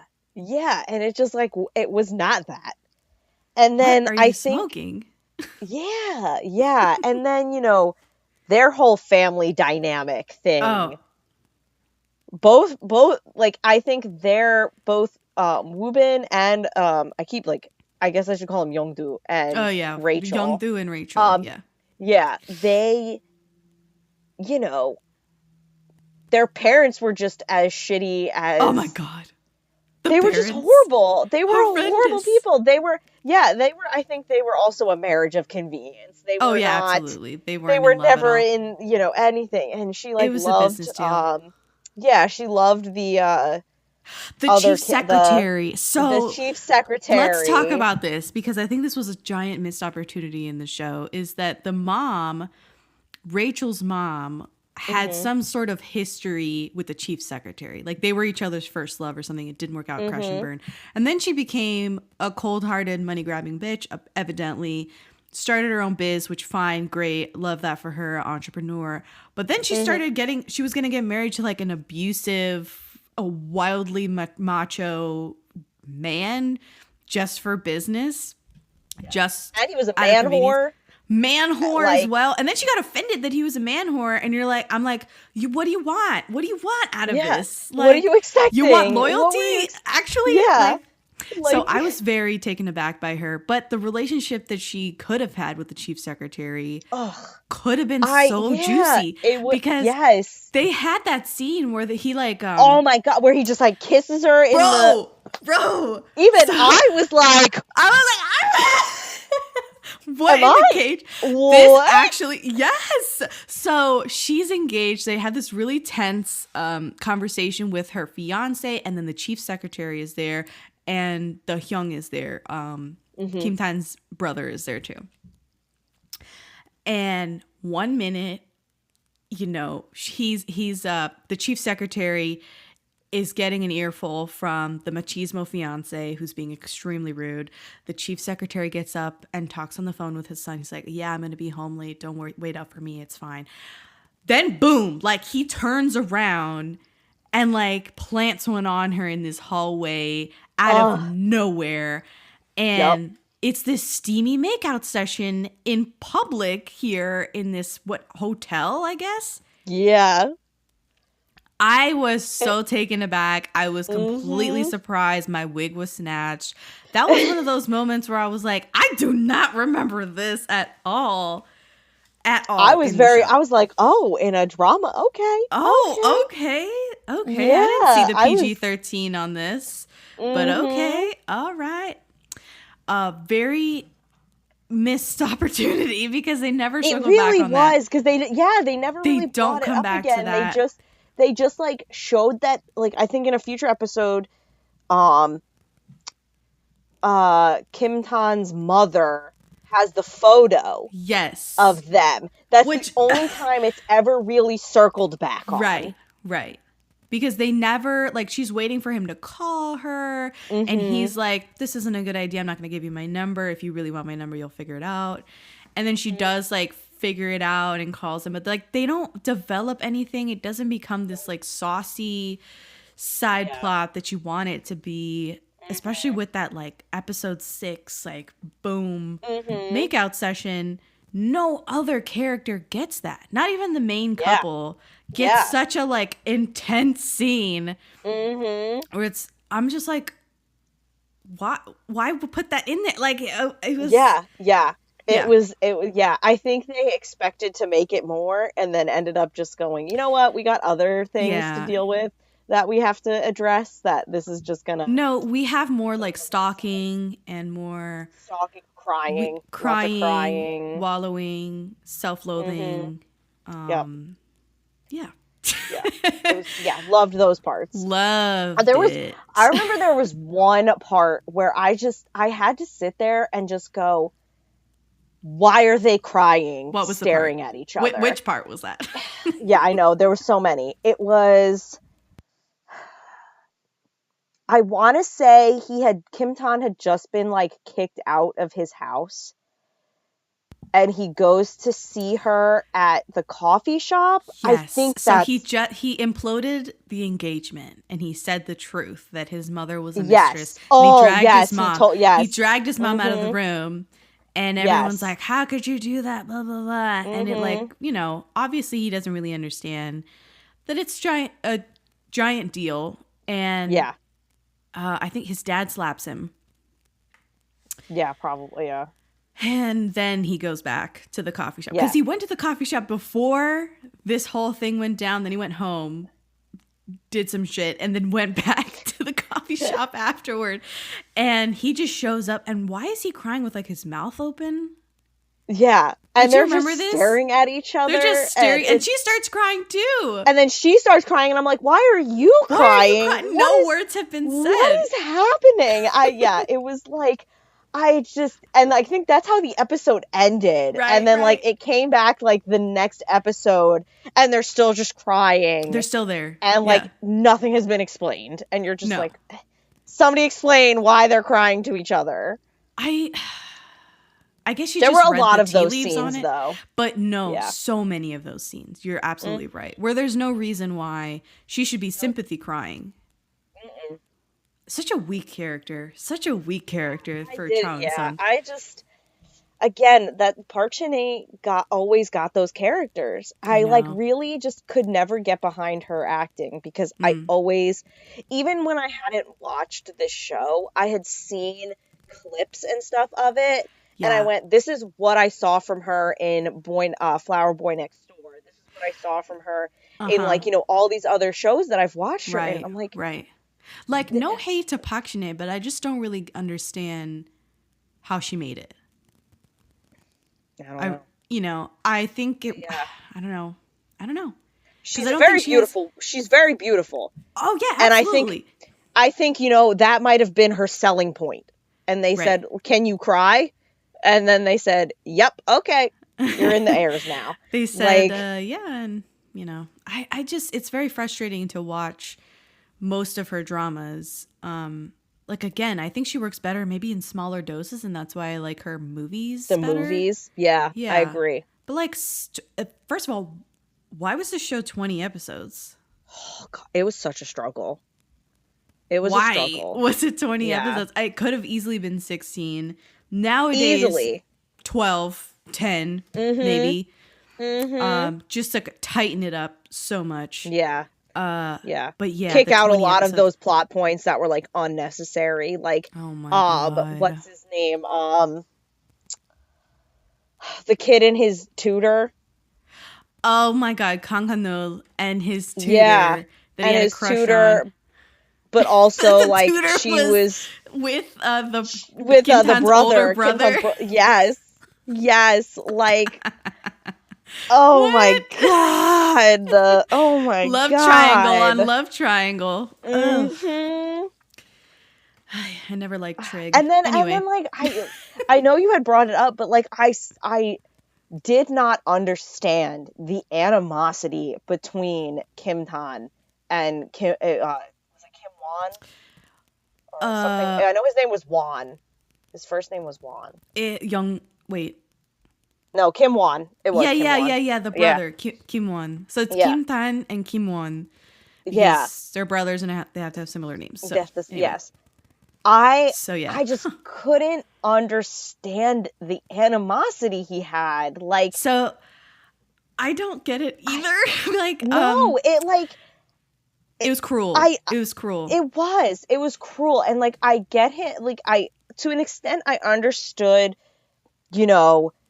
he was worried about the business and like, losing whatever shares. But from like everything that they said about Kim Tan, like, it didn't make sense that he would become the CEO or take Kim Won's space. Mm-hmm. So like, why? And he even said, "I don't want it."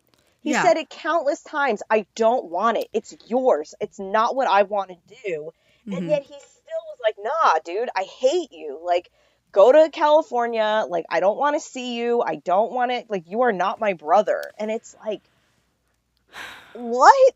And then like it was illogical. It was so illogical. And then like, whoever dropped the bomb about Kim Tan being the mistress's son and not his actual whatever. And then they're like, okay, that's the perfect time to give him all of the shares so that he can now actually be the CEO, like highest shareholder, whatever. What? The mania around the fucking shares. Okay, so let's break this down really fast because I think you're touching on just like the family dynamics of Kim Tan's family, which for some reason their dad, we'll call him Chairman Dad, wants his sons to fight for control over the company because that's what he did. Evidently, he was wheeling and dealing and chopping off heads in his younger days to gain control over this conglomerate, which fine. So he believes that his sons should do the same. And he sort of bred this animosity into both of them. However, Kim Won, the older brother, was really keen on just hating the younger brother ever since they were children. Because he just felt like the dad owed it to him to negate him, to negate the younger brother, like Kim-tan. Out of, I don't know what, like, for what does he owe that to his older son to not give any affection to the younger son? I don't know. Yeah. Again, it's not really told that Explained. well. Yeah. Yeah. At all. You get this weird flashback before the dad has an aneurysm, right? Where he feels sort of guilty for not giving any affection to Kim-tan. I guess it was because the first wife died and that was Kim-won's mom. And then the dad had this really stupid time, I guess, where he thought, oh yeah, I'll get married to this lady. We won't have any kids. And then I'll just have a mistress on the side and have a child with the mistress. And bring her into our home and have her live with us. And have her not be able to leave said home because we don't want people to find out. So she's basically a prisoner in the home. In the mansion. Like, what? It's so I think just... the problem is that the chairman dad is a robot. Like, he's not a human because he has feels no compassion. Nothing. No love. Nothing toward his sons, especially Kim-tan, because of course Kim-tan is the one stirring the pot throughout the show. And Kim-won ends up like softening towards Kim-tan toward the end, and they team up, and it ends up being like them against the dad. And then the dad, like, I feel like this is bad writing, because then the dad, instead of them squaring off against the dad for real, right, in the final episodes, because he's been such an antagonist toward both of them throughout the whole of the show. They just make the chairman dad have an aneurysm. They take him off the playing board completely, and the boys have to team up to save the dad's spot as chairman of his own company. So I'm like, where is this? Like, why? Yeah. Why is this the thing now? Yeah. And it truly kind of felt like a Saguk drama to me, like, especially toward the latter episodes where you have like the bones of a Saguk. You have the main couple, like, they meet under strange circumstances outside of the palace, so to speak.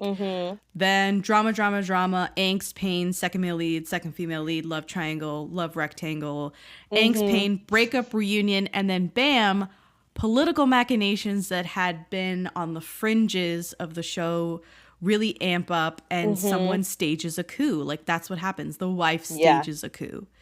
And I'm like, that is basically a Saguk, like the recipe for a Saguk drama. And that's what happens in Heirs, right? And it's no coincidence that they're talking about like heirs and the throne and all this like shit, right? That is very reminiscent of, they think they're royalty. They think this is their little kingdom.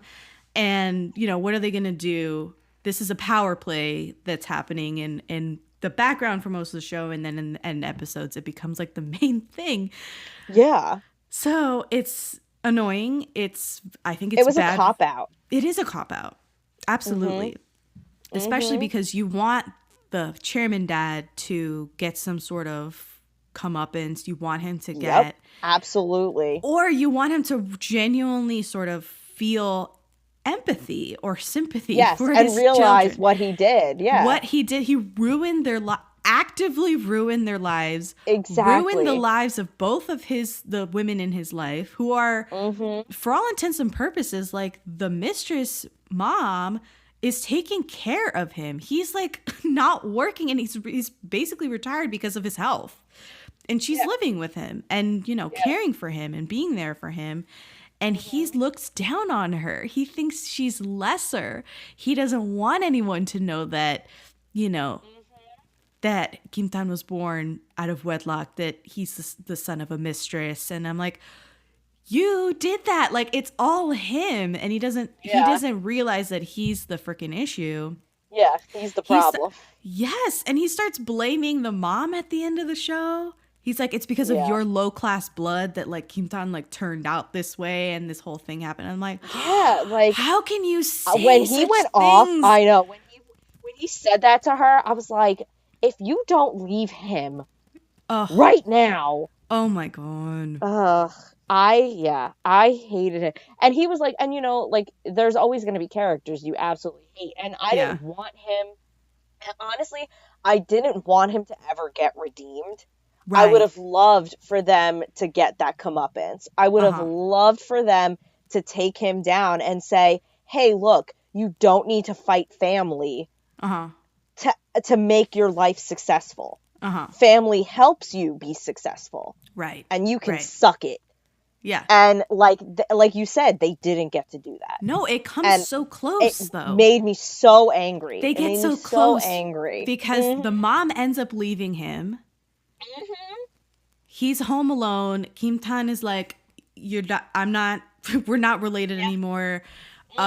Deuce is out. And the old man is left in that giant mansion by himself. Yeah. The brothers have reconciled. Like, they're now like on pretty good terms. And I'm like, okay, great. Like, he's gonna live with regret or something that he pushed everyone away and he was like dead wrong. And everything, his entire mentality, the way he lived his life.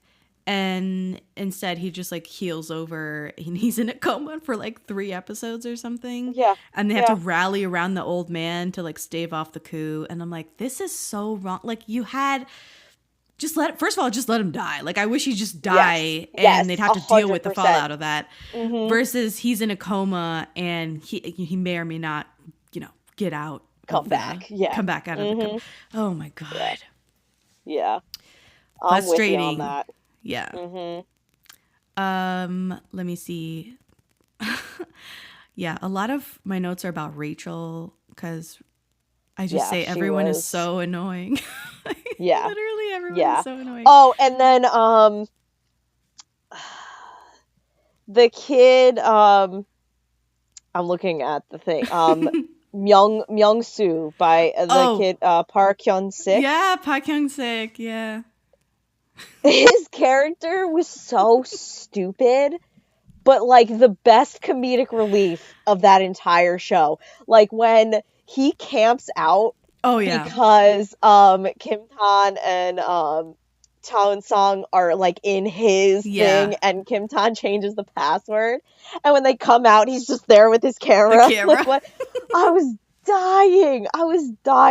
And then when they had him be the DJ at Bona and Chaeyoung's like getting back together party. Yes.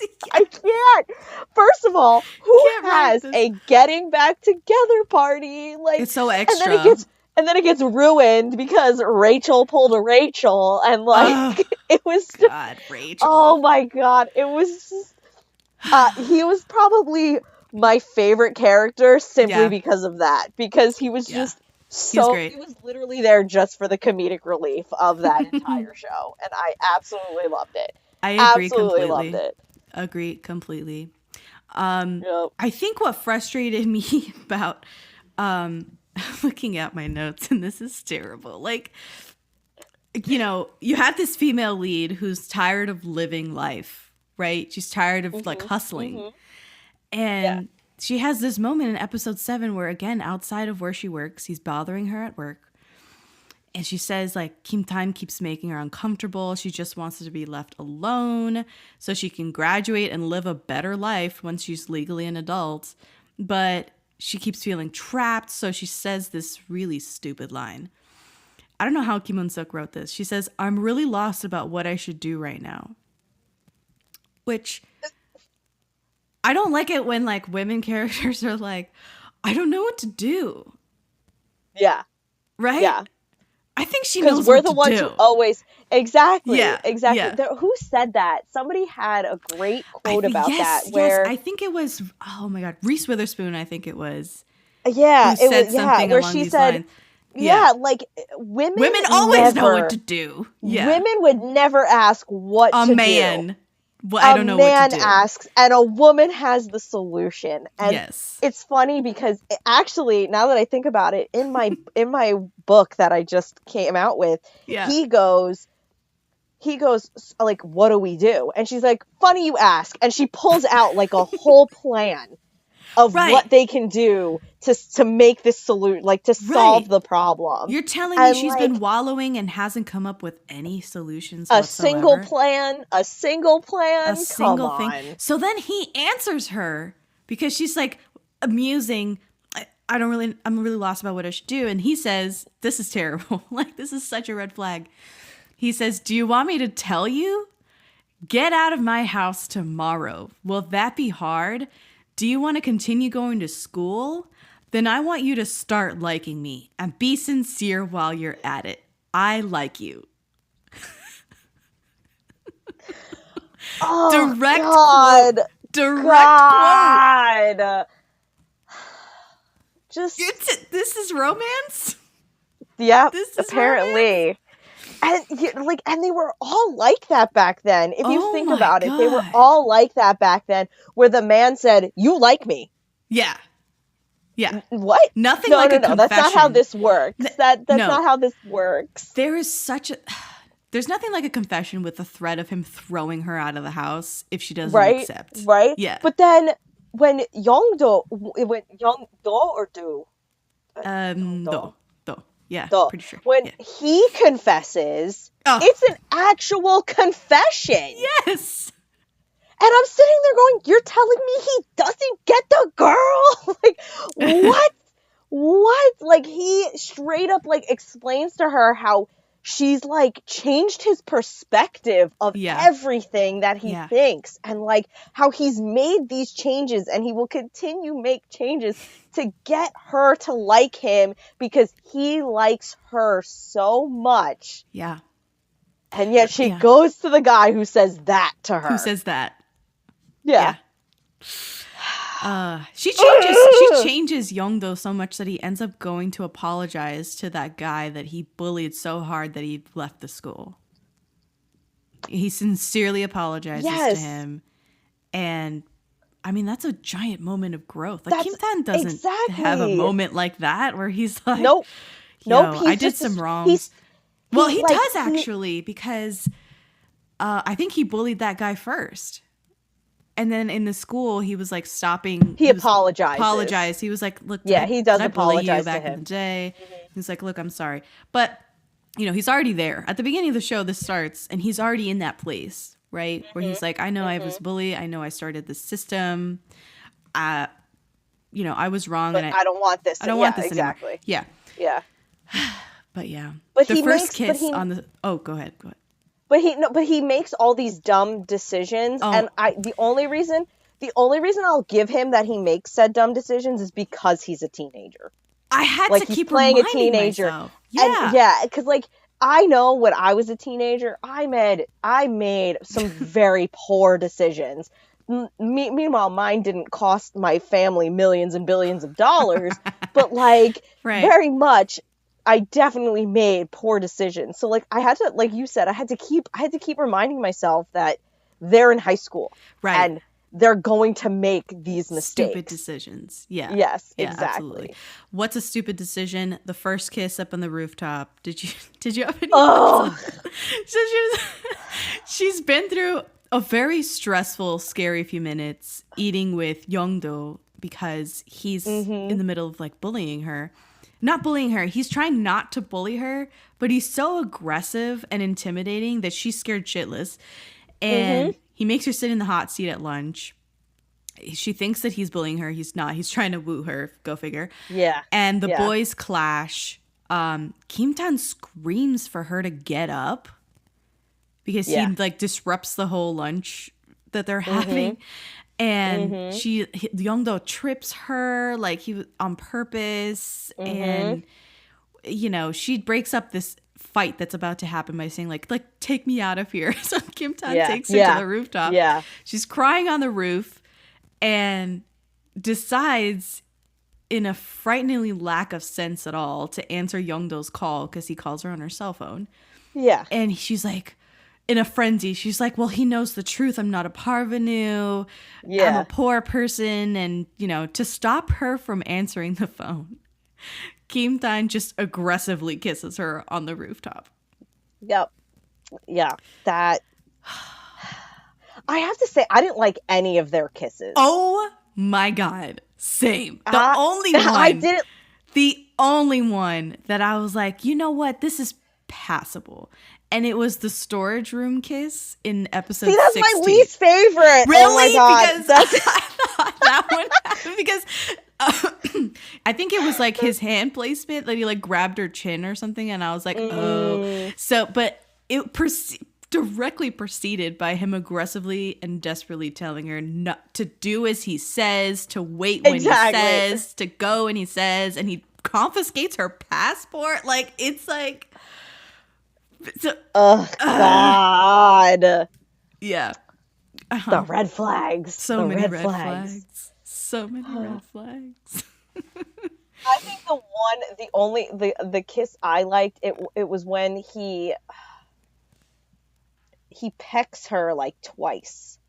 I can't remember in what scene, but because she keeps talking and he's like, why don't you shut up? If you don't shut up, I'm gonna kiss you. Yeah. And then he like pecks her twice, I think. I think that's what you're referring to. Because she kept talking. I thought that one was cute because I was like, okay, that's like it's a little playful. But even so, like, my guy did not know a good moment at all to kiss at all. No. At all. It was always like forced. Yes. Yeah. Man. Oh gosh. Yeah. The reunion party though for the friends getting back together. Rachel, not Rachel. You know who I'm talking about. Her BFF and Crystal's character. Oh, I'm looking. They had broken up and then they get. Yes. Because she was the daughter of the woman. Yes. Yeah. So. Rachel does a Rachel, and it's like this whole trap to get her to reveal that she's poor. Kim Tan shows up, flips the drinks over that she brought from her job, and pulls her out of the party. And she tells him like, I wanted to tell the truth. I'm not ashamed of being poor. I'm just really ashamed of the lie that you kind of forced me into this lie of saying I'm a parvenu. Which, first of all, yes, he did force her into like telling this lie and being like, yeah, she's a parvenu because he spoke on her behalf. Fine. Second of all, of fucking course, she's ashamed of being poor. Yeah.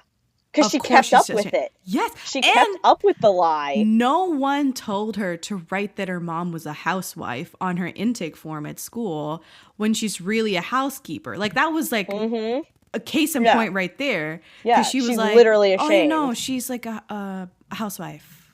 Yeah. And the teacher was like, isn't she a housekeeper? She's both.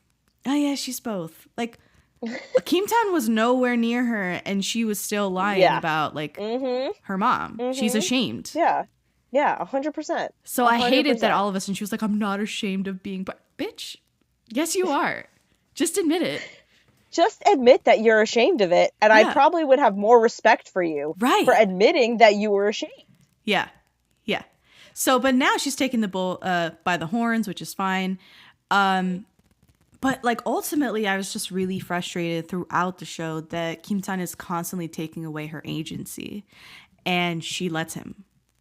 You know, he sways her, he badgers her into lying for appearances in the name of survival. I put air quotes there.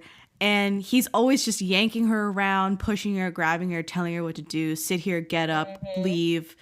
Where are you? And it's super toxic. Yeah. It's so toxic. It is. It's insane how toxic it was. And yet, like you said, when you watched it in 2013, it probably was like, I was like, all right, like, you know, so romantic. So romantic. I wasn't like no. I wasn't swooning, but I was just like, all right, like I just took it. Like I wasn't questioning it. Yeah. Right? Like it's exactly. I don't know. It's hard to explain. But well, today we question it. Today I'm like questioning hard.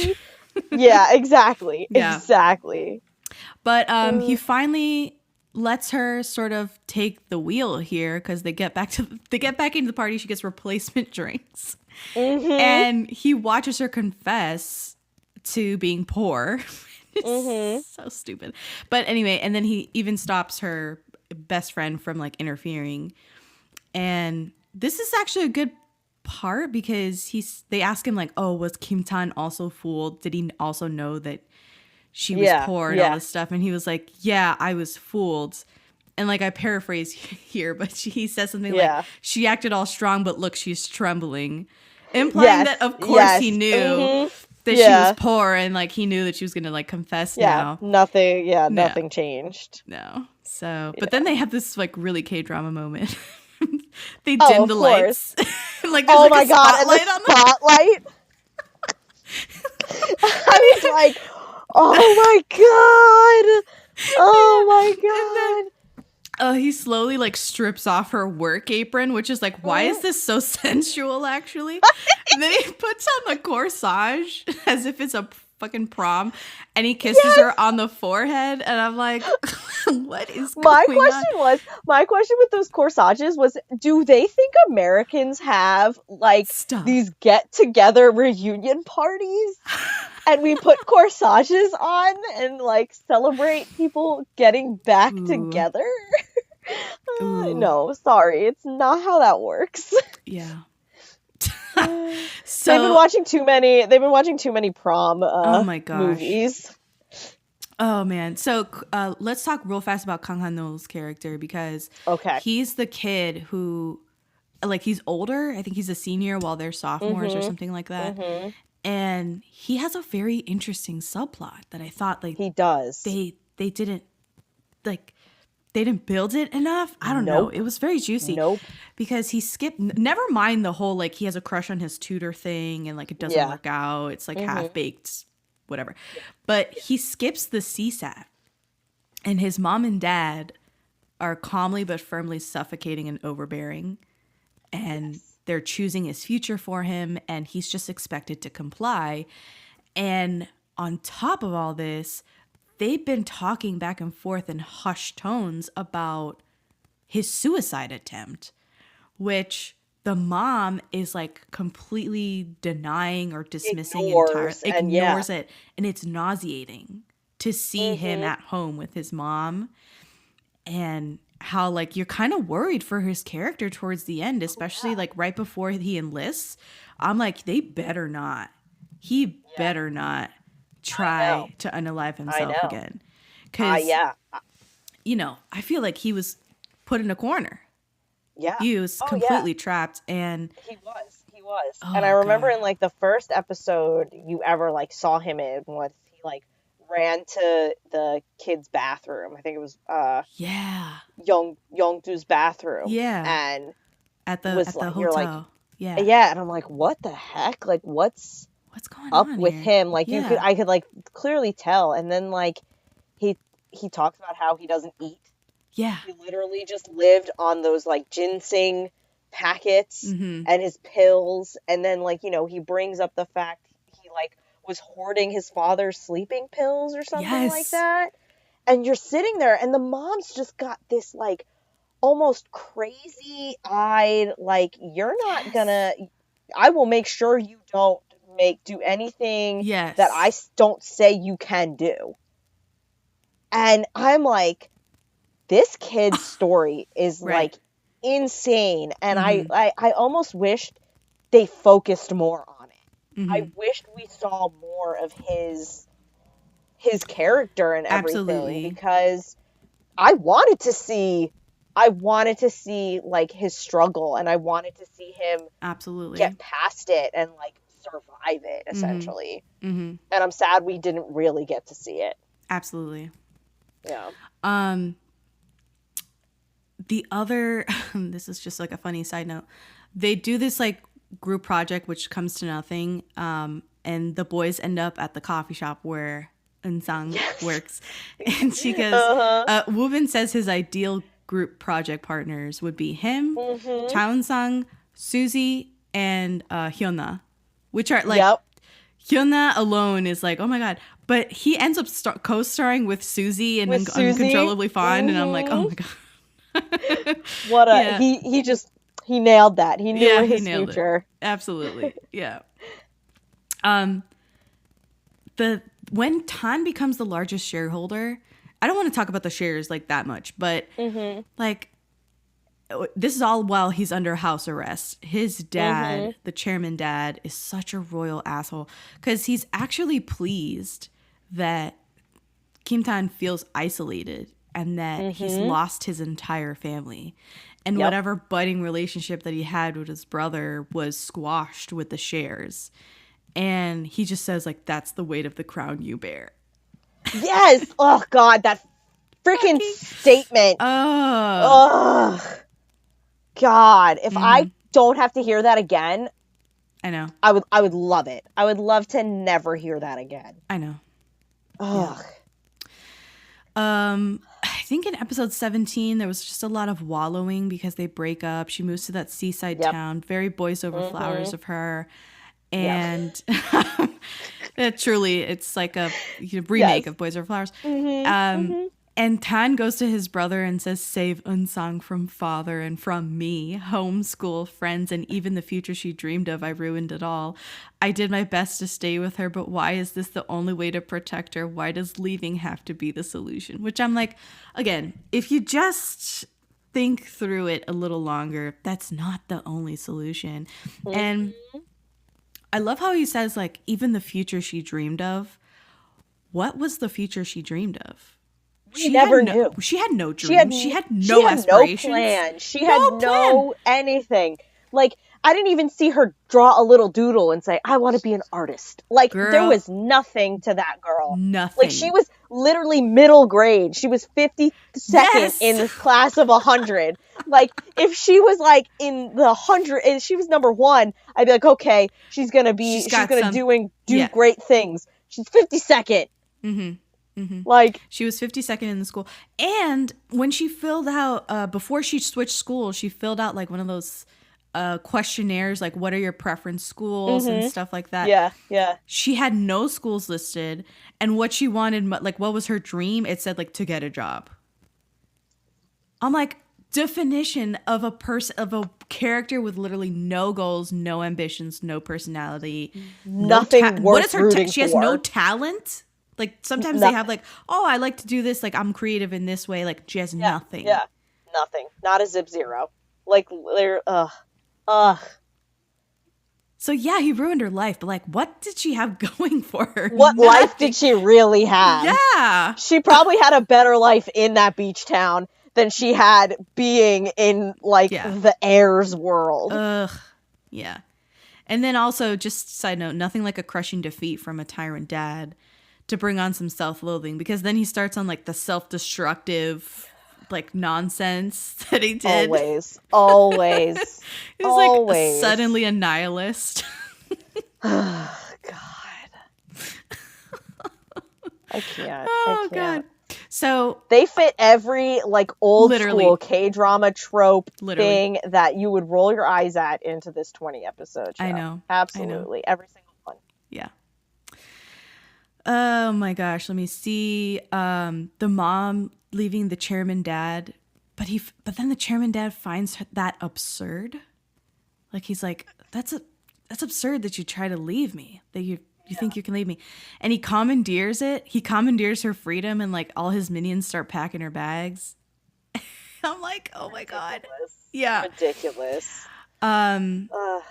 I think I have just a few things left to talk about, if that's okay. So there's a reference to the movie The Housemaid in one of the earlier episodes. I don't know if you caught it. I don't know if I caught that. Because the mom, the maid mom, she's cleaning the bathroom tub, squatting with like her legs exposed. And it's a reference to The Housemaid, like that erotic thriller, which stars Jun Do-yeon from Crash Course in Romance. Like, that's where people know her from now. Yeah. And Lee Jung-dae from Squid Game. So that's why the mom... I definitely didn't catch that reference. The mom walks in and is, like, freaked out that she sees the maid, Chansung's mom, like, in that position. She looks kind of like it's unusual, and her legs are out. And she's like, what? Why are you doing that? Because it's from that I had movie. I never... Oh my God. Yeah. Especially now that I kind of remember that movie better. I don't know if I hadn't, I don't think I had watched it at that point. Yeah, I don't think I had watched it at that point. But now I'm like, oh my God. Yeah, now you get the reference. Yeah, it's an adult, actually a very adult reference. It's for the, not for the kids, I would say. I have in my notes, they're always doing drastic things to each other and to Eun-sung just to prove a point. Like, Youngdo pushes her into the pool just to say that that's what Kim Tan will be doing to her. Like, he'll pretend to have her and then just, like, let go. Just drop her. Yeah, just drop her. And she responds like, I already knew that. But, like, what the hell? Oh, and that is one of, like, the most iconic scenes of that show. Because, like, that's, I think, one of the first scenes I think I ever saw of that show. Was him dropping her into the water and then Kim Tan coming out and kicking him, going, oh, my foot slipped. Yeah. Yeah. The forced proximity or skinship that she never gives consent for, and she's visibly freaked out every time. It just gives me the ick now. You know, Yeondo grabs her and pulls her in for like a side hug in front of Kim Tan, which is like they were on opposite sides of the crosswalk. The street where he somehow found her. Like, yeah. And he just says, I want to see what lengths Kim Tan will go through for you. What? Logic, bro. Logic. Sorry.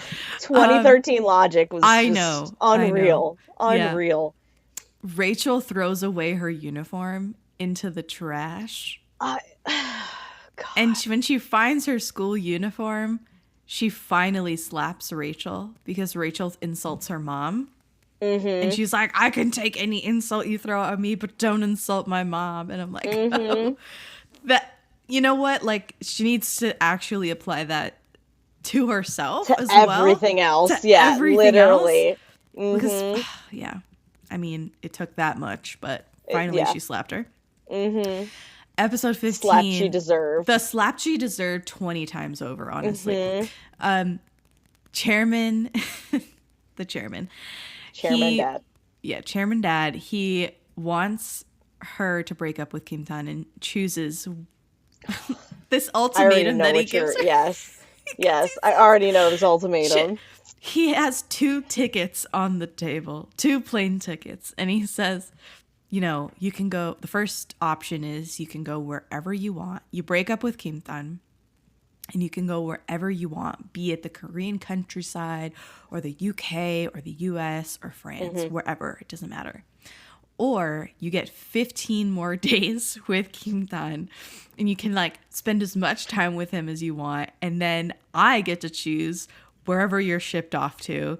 And it won't be as nice as the US, the UK, or France. And I was like, first of all, like, this is not your child. Like, how can you tell an underage kid where the hell they should go and ship them off to God knows where? And it's like, what are the parental laws in this country? He is. Yes. Yeah.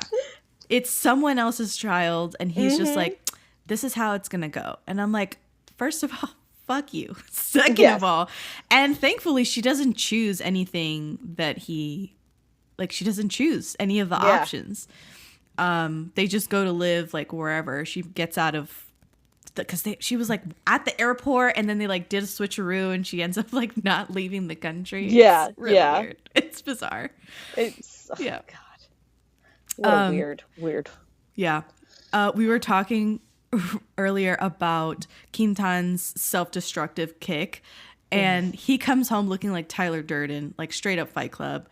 And the Chairman Dad says that his antics aren't cute anymore. And I was like, pause. You thought that him getting beat up every night and just completely losing his shit was cute initially? You thought it was he's just in a silly, goofy mood. Right. Like, what? So it's just so, and then Kim Tan sounds so whiny when he begs his brother to send him to America. In that very same, like, the next scene or something. Yep. So it's like not, why does Eun-sung want this guy? Like, I pick Woo-bin. Like, Woo-bin, he had so many red flags in the beginning, and he's literally the definition of the memes of women who say, I can fix him. Yes. but she actually freaking did. Fix him. She actually fixed him. She did what we dream of doing, and she didn't choose him. I get so flipping.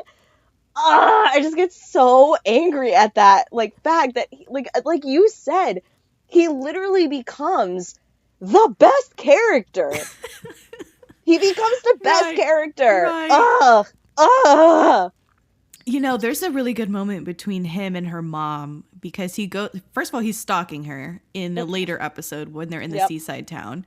Mm-hmm. But she's not at home. The mom sees him and she invites him inside and he cries because she made him a home-cooked meal. Mm-hmm. And you do feel a bit for him. Yeah, you do. Because he lost his mom.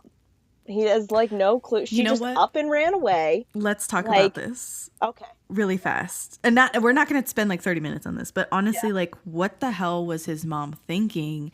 She not only abandoned her child, but she was in town. Yes. She was there. She was there. She was there. She could have easily she knew where they lived. She knew where he went to school. She knew everything. And she did not reach out. Nope. She didn't reach out and find him, reconcile with him. And take him away from that craphead dad. What the reason hell? She left. The reason she didn't leave because of him. She left because of the dad. Right. She was escaping. Why not take your son out of that? Why leave him there to essentially become a new version? Yeah. Dad 2.0. Why would you allow that as a mother? Yeah. And in the final episode, he finally plucks up the courage to go see her because she left a business card with the owner of the snack shop. Mm-hmm. Of all things. And he drops by and she's like, I'm so sorry. I meant to go see you. You've grown up so big and strong and I'm so sorry. And I'm like, what kind of mother does she think she is? Because honestly, wrong choice after wrong choice for that lady. Fine, you feel under pressure. You feel like you got to get out of Dodge or whatever. Mm-hmm. But she didn't go nowhere. Yeah. Yeah. She stayed. Yeah. Oh, we're both out of breath. I know. Because, yeah. Mm-hmm. I do like this line from Tan, and this is in episode 19. Right after they have the birthday press conference for Kim Tan, and he takes Kim Eun-sook as his hot date, and she's wearing red and all this stuff. Mm-hmm. He says to his dad, "I want her a lot more than the life you're offering me." And I was like, okay. Yeah. Yeah, that's a good one. That is definitely a good quote. Yeah. Absolutely. So the last thing I want to talk about is the older brother, the Hyung. Mm-hmm. And his sudden engagement to this woman who's it's all again another marriage of convenience. And his teacher, on and off again, girl, finds out via the media. She reads an online article and finds out he's engaged after he had told her time and time again, just wait for me. I'm going to come back for you. We're going to do this. And she ends up seeing him for the last time, uses the giant wishbone to wish for a breakup from him, which I thought that was a given, but all right. Yeah. Yeah. If your man's goes on a business trip and comes back and gives you a giant wishbone, and is you get to make a wish. They do this in the States. Whoever gets the bigger half of the bone gets to, get a wish or whatever. Granted. What would you do? Who gives a giant wishbone to somebody? Yeah, I did not understand that whole thing at all. Again, they had all these random relationships that they didn't, build or anything like that. They had them kind of start off, and then you saw that he ran to her house. You saw all of this stuff, and then all of a sudden they just fizzled, and we didn't really hear or see anything. And all of a sudden she's the teacher, and he bumps into her there, and then she and then again, just fizzles. Nothing, Right. nothing, Right. nothing, nothing. And then all of a sudden he's engaged. Like, you didn't have a relationship. You were not dating. You were nothing. Like, you were nothing in that entire thing. It didn't make any sense. It didn't make any sense at all. No. I would have rather her man. got with the kid. I would have rather her Right? had gotten with him. Student. Because he actually cared and liked her for who she was. He didn't care where she came from, anything. He just liked her. He had this really spicy moment with her where he The sees her- ramen? The ramen. I thought that was like so stupidly cute, but also like, sir. Yes, Sir. Sir. Oh, he goes and sniffs her breath because he had seen her eating the ramen. Ramen, yeah. He pushed back their study hour by like 20 minutes or something. He's like, oh, I'm running late because he starts scarfing down the ramen at a nearby shop. And like, it's very thoughtful of him, but then at the same time, he tries to like put on the moves. Like when she comes, he's like, would you eat ramen? And then he's like, goes, one yep, centimeter from her face. Yeah. It's like, oh my God. That moment. Yeah. Okay. Thoughts on the ending? Any thoughts on the final ending? It ended. I felt like it. Yeah, it just like didn't. It literally, it just ended. It didn't have this like great big enjoying like. Yeah, it just ended. It was kind of like, okay, that's cool. That's cool. You wrapped up what you needed to wrap up, and you left all the other things that you completely forgot just a few episodes back. So it was. I think it's really messy. I think it's, for some reason, the shot of them just like walking in the snow together stuck with me. Like that visual of them holding hands and walking together. I was like, okay, that's cool. But it's very unclear. Like, has time passed? Is this like just after graduation? Is this 10 years down the line like he was imagining earlier? Like, what is it? Married? Like, what's the thing? It's so unclear. Yeah, which I did not enjoy. Ambiguous ending. I did not, like, no closure. Yeah, no, whatsoever. None. Yeah. It just ended. Yeah. It just ended. It's like, we're just going to endure and we're going to keep on going and we're just going to keep loving each other and that's it. Yep. Like, that was the voice. We'll hope for the best. Yeah. Let's hope it all works out for us. It's like, Fine. Fine. Yeah. All right. Well, I think I have come to the end of my notes here for The Heirs. We had a lot to say. I had a lot of qualms with it. And ultimately, I think we kind of felt very similarly about The Heirs. And I hope this was a good experience for you talking through it. I had so much fun. Yeah. I had so much fun. I'd love to be on another one. So. Oh, great. Maybe I won't have you watch a Lee Min-ho drama from 2013. Can I pick? Yes, absolutely. Pick the drama. Or, if you want to reach out to Sammie on any of the socials and be like, I want you to review this. Like, tell her, follow her on all the socials. Where can we find you? I think you have a couple of different handles because of the podcast and your Korean from Context stuff. Yes. So, Instagram and TikTok are just at Korean from Context. Twitter, I had to take out some letters. So it is still Korean from Context, but it's Korean FRMCNTXT. Gotcha. So all on there. You can go to my Instagram. I have a link to all of them. Same with the BL buddies. So one of my best friends and I, we talk BLs from, Korea, Thailand, Taiwan, Japan, all of that. We love BL dramas. And we hopefully are going to have you on one of these days. And you can find us on YouTube. It's called BL Buddies, a podcast. Instagram, same thing.